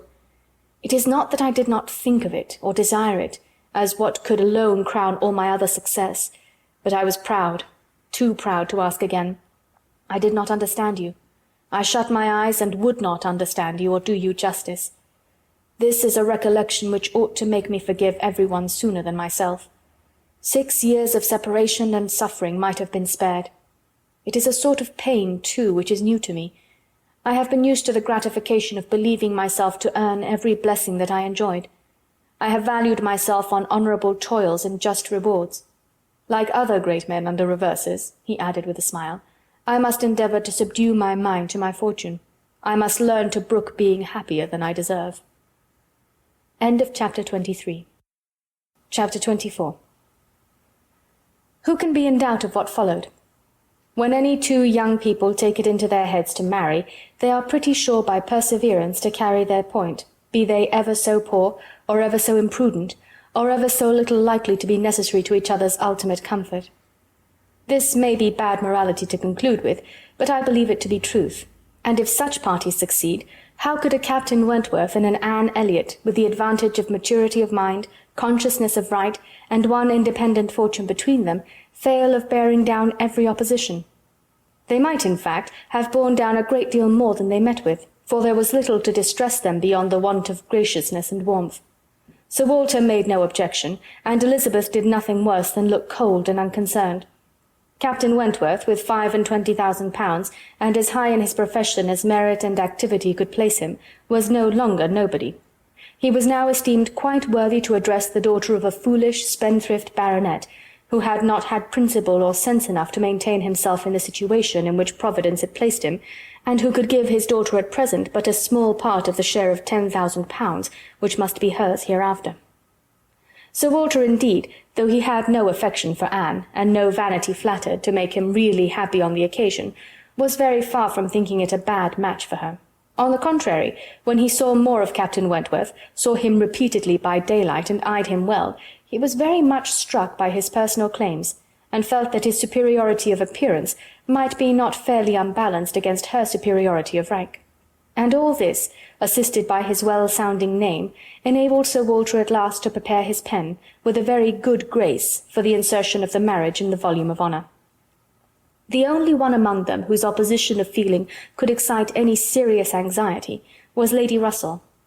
Anne knew that Lady Russell must be suffering some pain in understanding and relinquishing Mr. Elliot, and be making some struggles to become truly acquainted with and do justice to Captain Wentworth. This, however, was what Lady Russell had now to do. She must learn to feel that she had been mistaken with regard to both, that she had been unfairly influenced by appearances in each, that because Captain Wentworth's manners had not suited her own ideas, she had been too quick in suspecting them to indicate a character of dangerous impetuosity, and that because Mr. Elliot's manners had precisely pleased her in their propriety and correctness, their general politeness and suavity, she had been too quick in receiving them as the certain result of the most correct opinions and well-regulated mind. There was nothing less for Lady Russell to do than to admit that she had been pretty completely wrong, and to take up a new set of opinions and of hopes.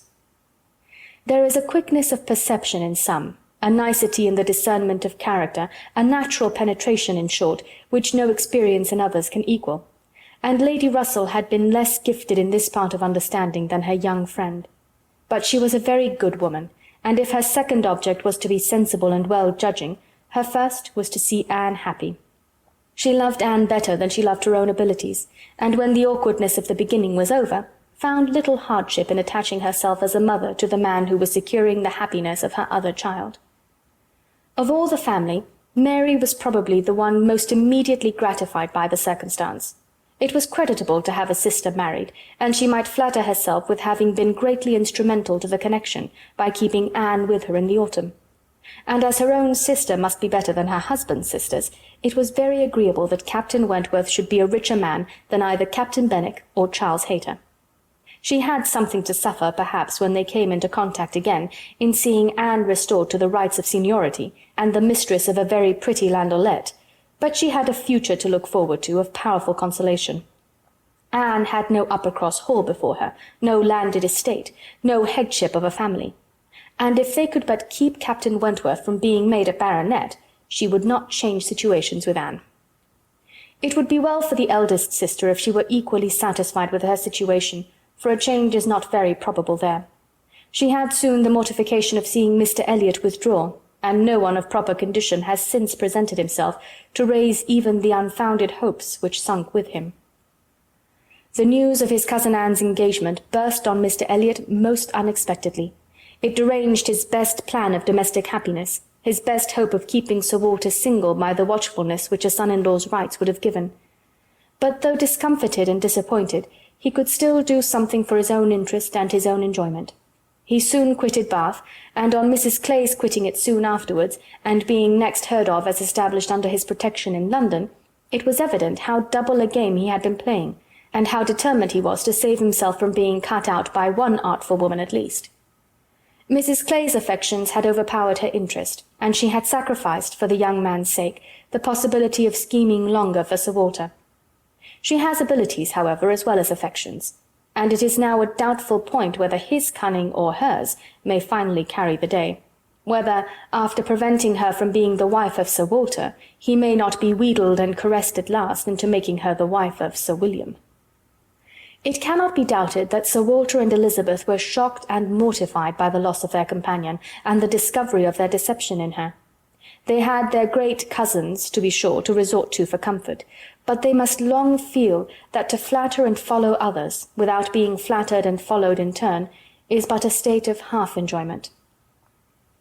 Anne, satisfied at a very early period of Lady Russell's meaning to love Captain Wentworth as she ought, had no other alloy to the happiness of her prospects than what arose from the consciousness of having no relations to bestow on him which a man of sense could value. There she felt her own inferiority very keenly. The disproportion in their fortune was nothing. It did not give her a moment's regret. But to have no family to receive and estimate him properly, nothing of respectability, of harmony, of goodwill to offer in return for all the worth and all the prompt welcome which met her in his brothers and sisters, was a source of as lively pain as her mind could well be sensible of under circumstances of otherwise strong felicity. She had but 2 friends in the world to add to his list, Lady Russell and Mrs. Smith. To those, however, he was very well disposed to attach himself. Lady Russell, in spite of all her former transgressions, he could now value from his heart. While he was not obliged to say that he believed her to have been right in originally dividing them, he was ready to say almost everything else in her favour. And as for Mrs. Smith, she had claims of various kinds to recommend her quickly and permanently. Her recent good offices by Anne had been enough in themselves, and their marriage, instead of depriving her of one friend, secured her 2. She was their earliest visitor in their settled life, and Captain Wentworth, by putting her in the way of recovering her husband's property in the West Indies, by writing for her, acting for her, and seeing her through all the pretty difficulties of the case with the activity and exertion of a fearless man and a determined friend, fully requited the services which she had rendered, or ever meant to render, to his wife.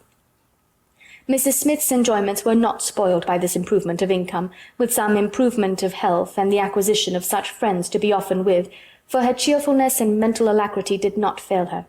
And while these prime supplies of good remained, she might have bid defiance even to greater accessions of worldly prosperity. She might have been absolutely rich and perfectly healthy, and yet be happy. Her spring of felicity was in the glow of her spirits, as her friend Anne's was in the warmth of her heart. Anne was tenderness itself, and she had the full worth of it in Captain Wentworth's affection. His profession was all that could ever make her friends wish that tenderness less, the dread of a future war all that could dim her sunshine. She gloried in being a sailor's wife, but she must pay the tax of quick alarm for belonging to that profession which is, if possible, more distinguished in its domestic virtues than in its national importance. End of chapter 24. End of Persuasion by Jane Austen. And everyone lives happily ever after. Yay! I thought it was some interesting commentary on Mrs. Smith there at the end. And I thought it was also kind of interesting that Jane Austen ends with this, positive statement about the Navy at the end, which kind of implies not only that the Navy, or at least naval officers, had acquired some ability to move up and down the social ladder because, of course, money had put them in a position where they could command a bit more respect than Captain Wentworth could have 8 years earlier. But also, I think, Jane's 2 brothers were rather successful at sea, and clearly that had made an impression on her. Maybe the Navy took 2 young men who were a bit rapscallious in their youth and molded them into fine young men. Hard to know. I would have to go read more Jane Austen biography-ness. But it's good, isn't it? Everybody winds up happy. And it's not that kind of, I don't know, you still get the rush of like, oh, yay, it's going to work out. But it's not gooey. Well, Jane Austen really never is. I don't know. It's a more grown-up book, isn't it? Not that Pride and Prejudice is, lightweight at all, but Persuasion's a bit more of a grown-up tome. I hope you enjoyed it. I sure did. I've listened to the book now 15 times. Not straight through, chapter after chapter after chapter, but I listened to the chapters more than once, and it's just good. She's just wonderful. I don't care what Mark Twain says. Mark Twain. So I am, let's see, it's the beginning of June. I'm going to take a few weeks to get myself organized, get everything ready for you, get Twain up and going, and get all these last minute pieces of information together so that I can make some big announcements for you in episode 172. And that's it. For those of you who are about to end school, I hope you have a great end of school. For those of you who have already ended school, I hope you are having a wonderful summer. And for those of you who have no connection to school at all, I hope the summer doesn't make you melt. I hope everyone has a great time. I will be back with you very soon. And in the meantime, go listen to those new podcasts. Yarns from the Garden, Spin Doctor, and check out that link from The Guardian It's on the show notes. Have a great one. I'll talk to you soon. Bye.